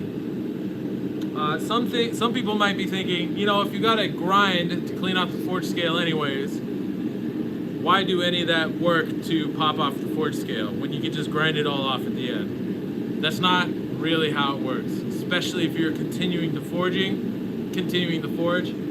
what you will be doing is causing that forge scale to get shoved into that surface, because it doesn't always necessarily all pop off. Some of it pops off, some of it doesn't. Where it doesn't pop off, you, on the subsequent round of forging, that scale doesn't disappear. Just because it gets incandescent and bright and hot and you can't see it doesn't mean it's not there. It just means it's hot. That gets shoved into the surface, as well as with the additional forge scale that's developed on top of that, and it just becomes a problem. So whatever you can do along the way to keep your steel nice and clean, please do it. You're going to save yourself a lot of headache and a lot of time and a lot of material waste by honestly taking these small steps to save yourself a lot of trouble. And it might feel difficult or frustrating or annoying or unnecessary. I've been doing this for 15 years, and it's really only only in the last maybe 3 to 5 years that I've really got some of these processes dialed in to help save myself trouble down the road by taking small steps that add time earlier on. They save time later on. That's the thing. In the moment, sometimes the things we're doing feel like a waste of time. They're extra time. But what we're really trying to do is set ourselves up for success later, save ourselves time later when it comes to, you know, just getting everything to be all nice and happy. All right, so the billet's looking nice and hot. Let's straighten this next section.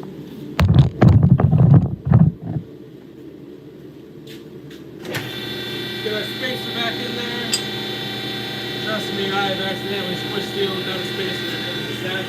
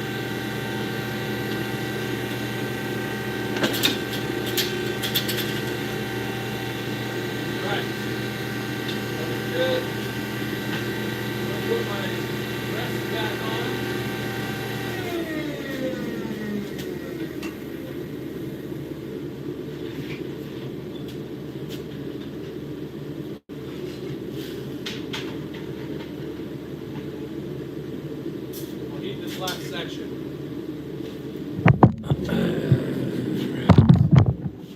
I didn't flatten the faces on this one. They're actually pretty dang flat. Also, after this normalizing process, especially in the middle of the billet, you can kind of straighten it cold if you really need it straighter. Now I'm seeing a kink though that I'm not sure if I can straighten. So I'm gonna pop it in there real quick. Just to try to flatten that a little bit.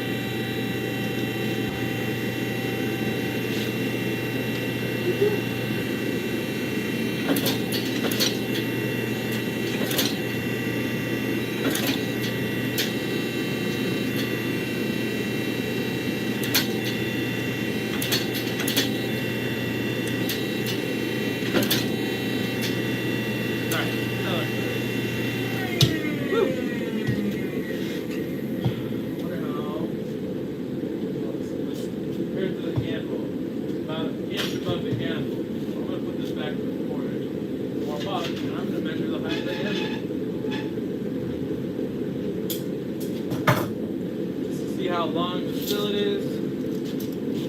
Fillet is, what do you know, about 34 inches long. Wasn't that one of the first numbers I was talking about? But that's when I was doing by a quarter, right? One 3/4 by 1/4, but then we changed the dimensions to 5/16 by 1.5. That still ended up giving us about 34 inches. I'd be curious.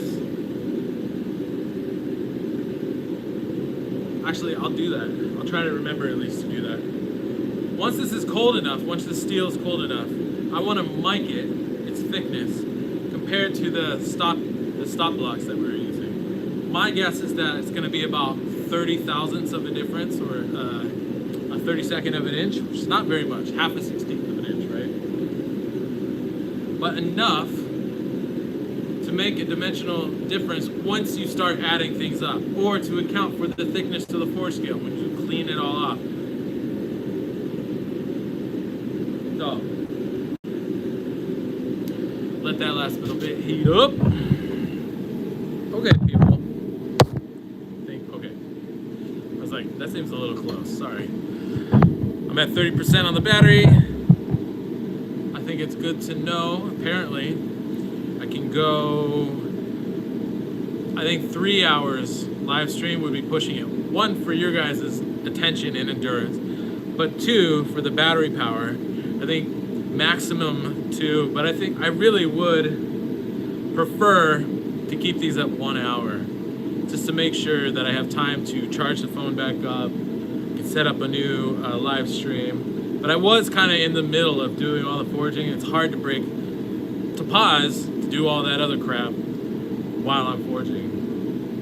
I've made mistakes in the past. Sorry, I keep looking into the forging. I've made mistakes in the past prioritizing the wrong things, getting distracted. Oh.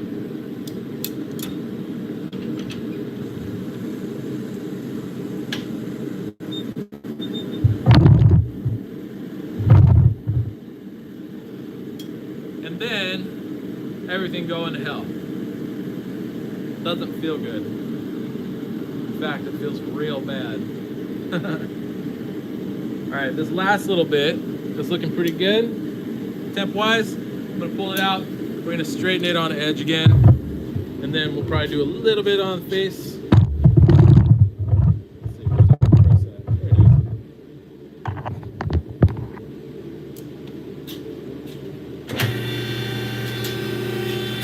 Put our spacer in there.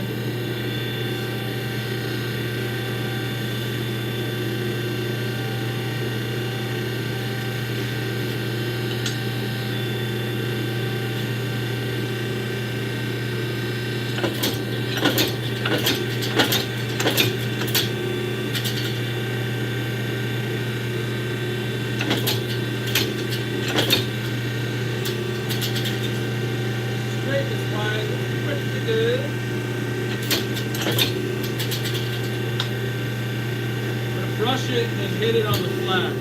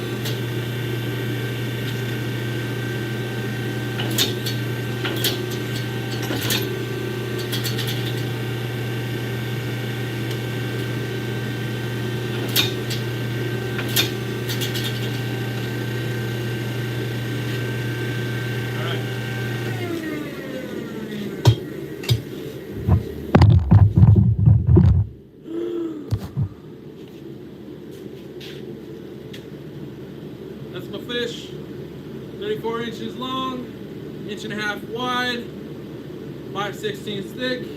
We're gonna let this thing cool, and we're gonna chop it up. All right, before we get too far along, let's see. I need to put this in the fire tool.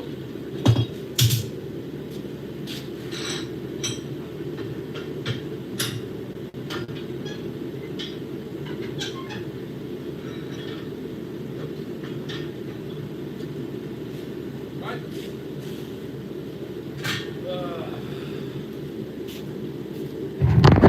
So I put it over here in my post vise. That way, it's clamped by the handle. It's just hanging there and cooling off. Let's see, it does have just a little bit of curve to it, but once it's all cleaned up, it's not really that big of a deal. That shallow or that gentle of a curve, only 3 inches or so. We established that that bar is 34 inches long. Now there is going to be some loss on each end, so it'll probably end up being probably closer to 33 inches long. Boo-hoo. 3/8. All that good. I'm going to turn off the forge actually. And then we'll talk about this bar, this pattern. Okay. So, this is a garage door. All right, so remember it, oops, let's see. I'm gonna zoom you guys in. I apologize if it's super shaky. Wow, it really is. Okay. I'm gonna zoom this back out so it's not as shaky. So at this point, I'm forging on bias, but I made the mistake of drawing a square here and then just a rectangle. We're not gonna do the square because we're trying to optimize the width of the material from this phase to the the square here to the rectangle over here. So what we're actually gonna do, we're gonna focus on forging just in the vertical orientation here. We're not gonna address the corners that will still be there until we're closer to a rectangular shape. So what that looks like is this. We have our square. We forged our stack down to a square. We turn that square on point to forge another bias, but we're only gonna forge in the vertical orientation, like I said, just vertically, and it'll start to forge down like this. It'll flatten out the material a little bit on top and bottom, giving us a little bit of a funky hexagon bar shape. And then we're just gonna keep going. We're not gonna touch those points at all. I don't care about those points. I want to get it forged down to a rectangular bar that is as wide as it can be and as thick as it can be. And then, well, actually on this first re-weld, so weld 2, stack 2, which is where we're gonna be in the next forge welding round here. I'm gonna end up taking that down to probably a 1/4 inch bar again, maybe 3/8. So this one, the first time around, it's gonna go to 3/8 thick, stack it up. But then this second time when I forge it on the bias, we want it to stay about 1 inch. But anyways, so the point of all this is to say, we have our stack, we forge it to a square bar, we turn it on point to forge it on the bias, but we're only gonna forge in the vertical orientation so that we get the width that we want in this bar, whatever it is, whether it's 1.5 inches, whether it's 3 inches, whatever it is. And then once we're getting close or pretty much there, then we'll start dressing those edges. Start addressing those edges here, and then that will give us our rectangular bar. So for this pattern, I'm gonna move this to the side now. For this pattern, so we just finished weld 1, forged it down to a small rectangular bar. We're gonna stack those up 10 high, weld them, and then we are going to forge them on the bias. Instead of doing this, we're gonna do all this stuff over here that we just went over. So kind of ignore this. We're gonna forge it down to a rectangular bar. It's probably gonna be about 3/8 by 1.5 inches again. And then we're gonna cut it, stack it up, weld it, forge it down to a square, forge it on a bias again, ignore this. We're gonna go back through this forge welding process or forging on the bias process over here because we want this to be a large 3-to-1 ratio rectangular bar, as large as I possibly can get it. Ideally 3 inches by 1 inch, but it might have to be like whatever, inch and a quarter, or what is it? Whatever, 5/8 instead of 1 inch, maybe 3/4, maybe 5/8, whatever it is. But then we're gonna cut it through the middle on a 45-degree angle, and we're gonna orient it like this. Now, I forgot that I was gonna draw what that looks like in there. I'm gonna go do that right now, actually. I'll just grab that pen. Ooh, my voice needs a break too. I'm talking a lot. All right, let's turn this around. So again, apologize for the shakies. But essentially, to get this short section, that's where it curves. So this middle line here, oh crap. It's not a space pen. I need a permanent marker apparently. Just a second, just a second. I got markers. I got markers. Just gotta find one. There we go. I think that's it. Nope, that's just a pen. I need a marker. Oh damn, are those not here? Shit. All right, I'm gonna draw it with the pencil then. Pencil can draw upside down, right side up, left, through your legs, behind your back. All right, pencil. All right, so I want you to focus this middle line right through here, right? Of course, I just destroyed that paper, but anyways, that middle line ends up being this kind of shape, okay? And then the lines on either side of it, which you see here, again, that's that same middle line right there. Lines on either side of it follow that curvature. So it's gonna get cut through the middle. This one becomes, this chunk becomes this piece, and this chunk gets flipped 180 end over end, so that this short face becomes this short face. So this short face becomes this short face, and this piece goes here. And then you fill in the black, you weld it, you forge it on the bias. Again, just like how we did with all these previous rounds, forge on the bias, and then forge it to a rectangular bar that I'll probably forge that to about 3/4 or 5/16. But I forge it on the bias so that I can then go forward with my sandmai style approach, my tiling, my all that other stuff. So that's what we got going on there. And I'm gonna draw all of this up so that it's hopefully a little clearer, and I'll get pictures of it and I'll put it on the Patreon. Yeah. But for now, we're gonna call it good. If you got questions, jump over to the Discord or go onto the Patreon under this video. Ask any questions you have about this video on the Patreon. And then I will answer them there. Until then, I need to charge this phone. It's down to 20% now. I need to eat some food, take care of myself, drink some water, and we'll be back with you, I think this afternoon. I'm trying to figure, I got an appointment this afternoon. As long as this steel cools off in the next hour, I can clean it, get it cut, stacked, and welded back up, at least into a billet, and maybe back in the forge this afternoon, maybe in the next couple hours. So let's say we'll be back in like 2 hours, okay? Peace, and thank you for hanging out.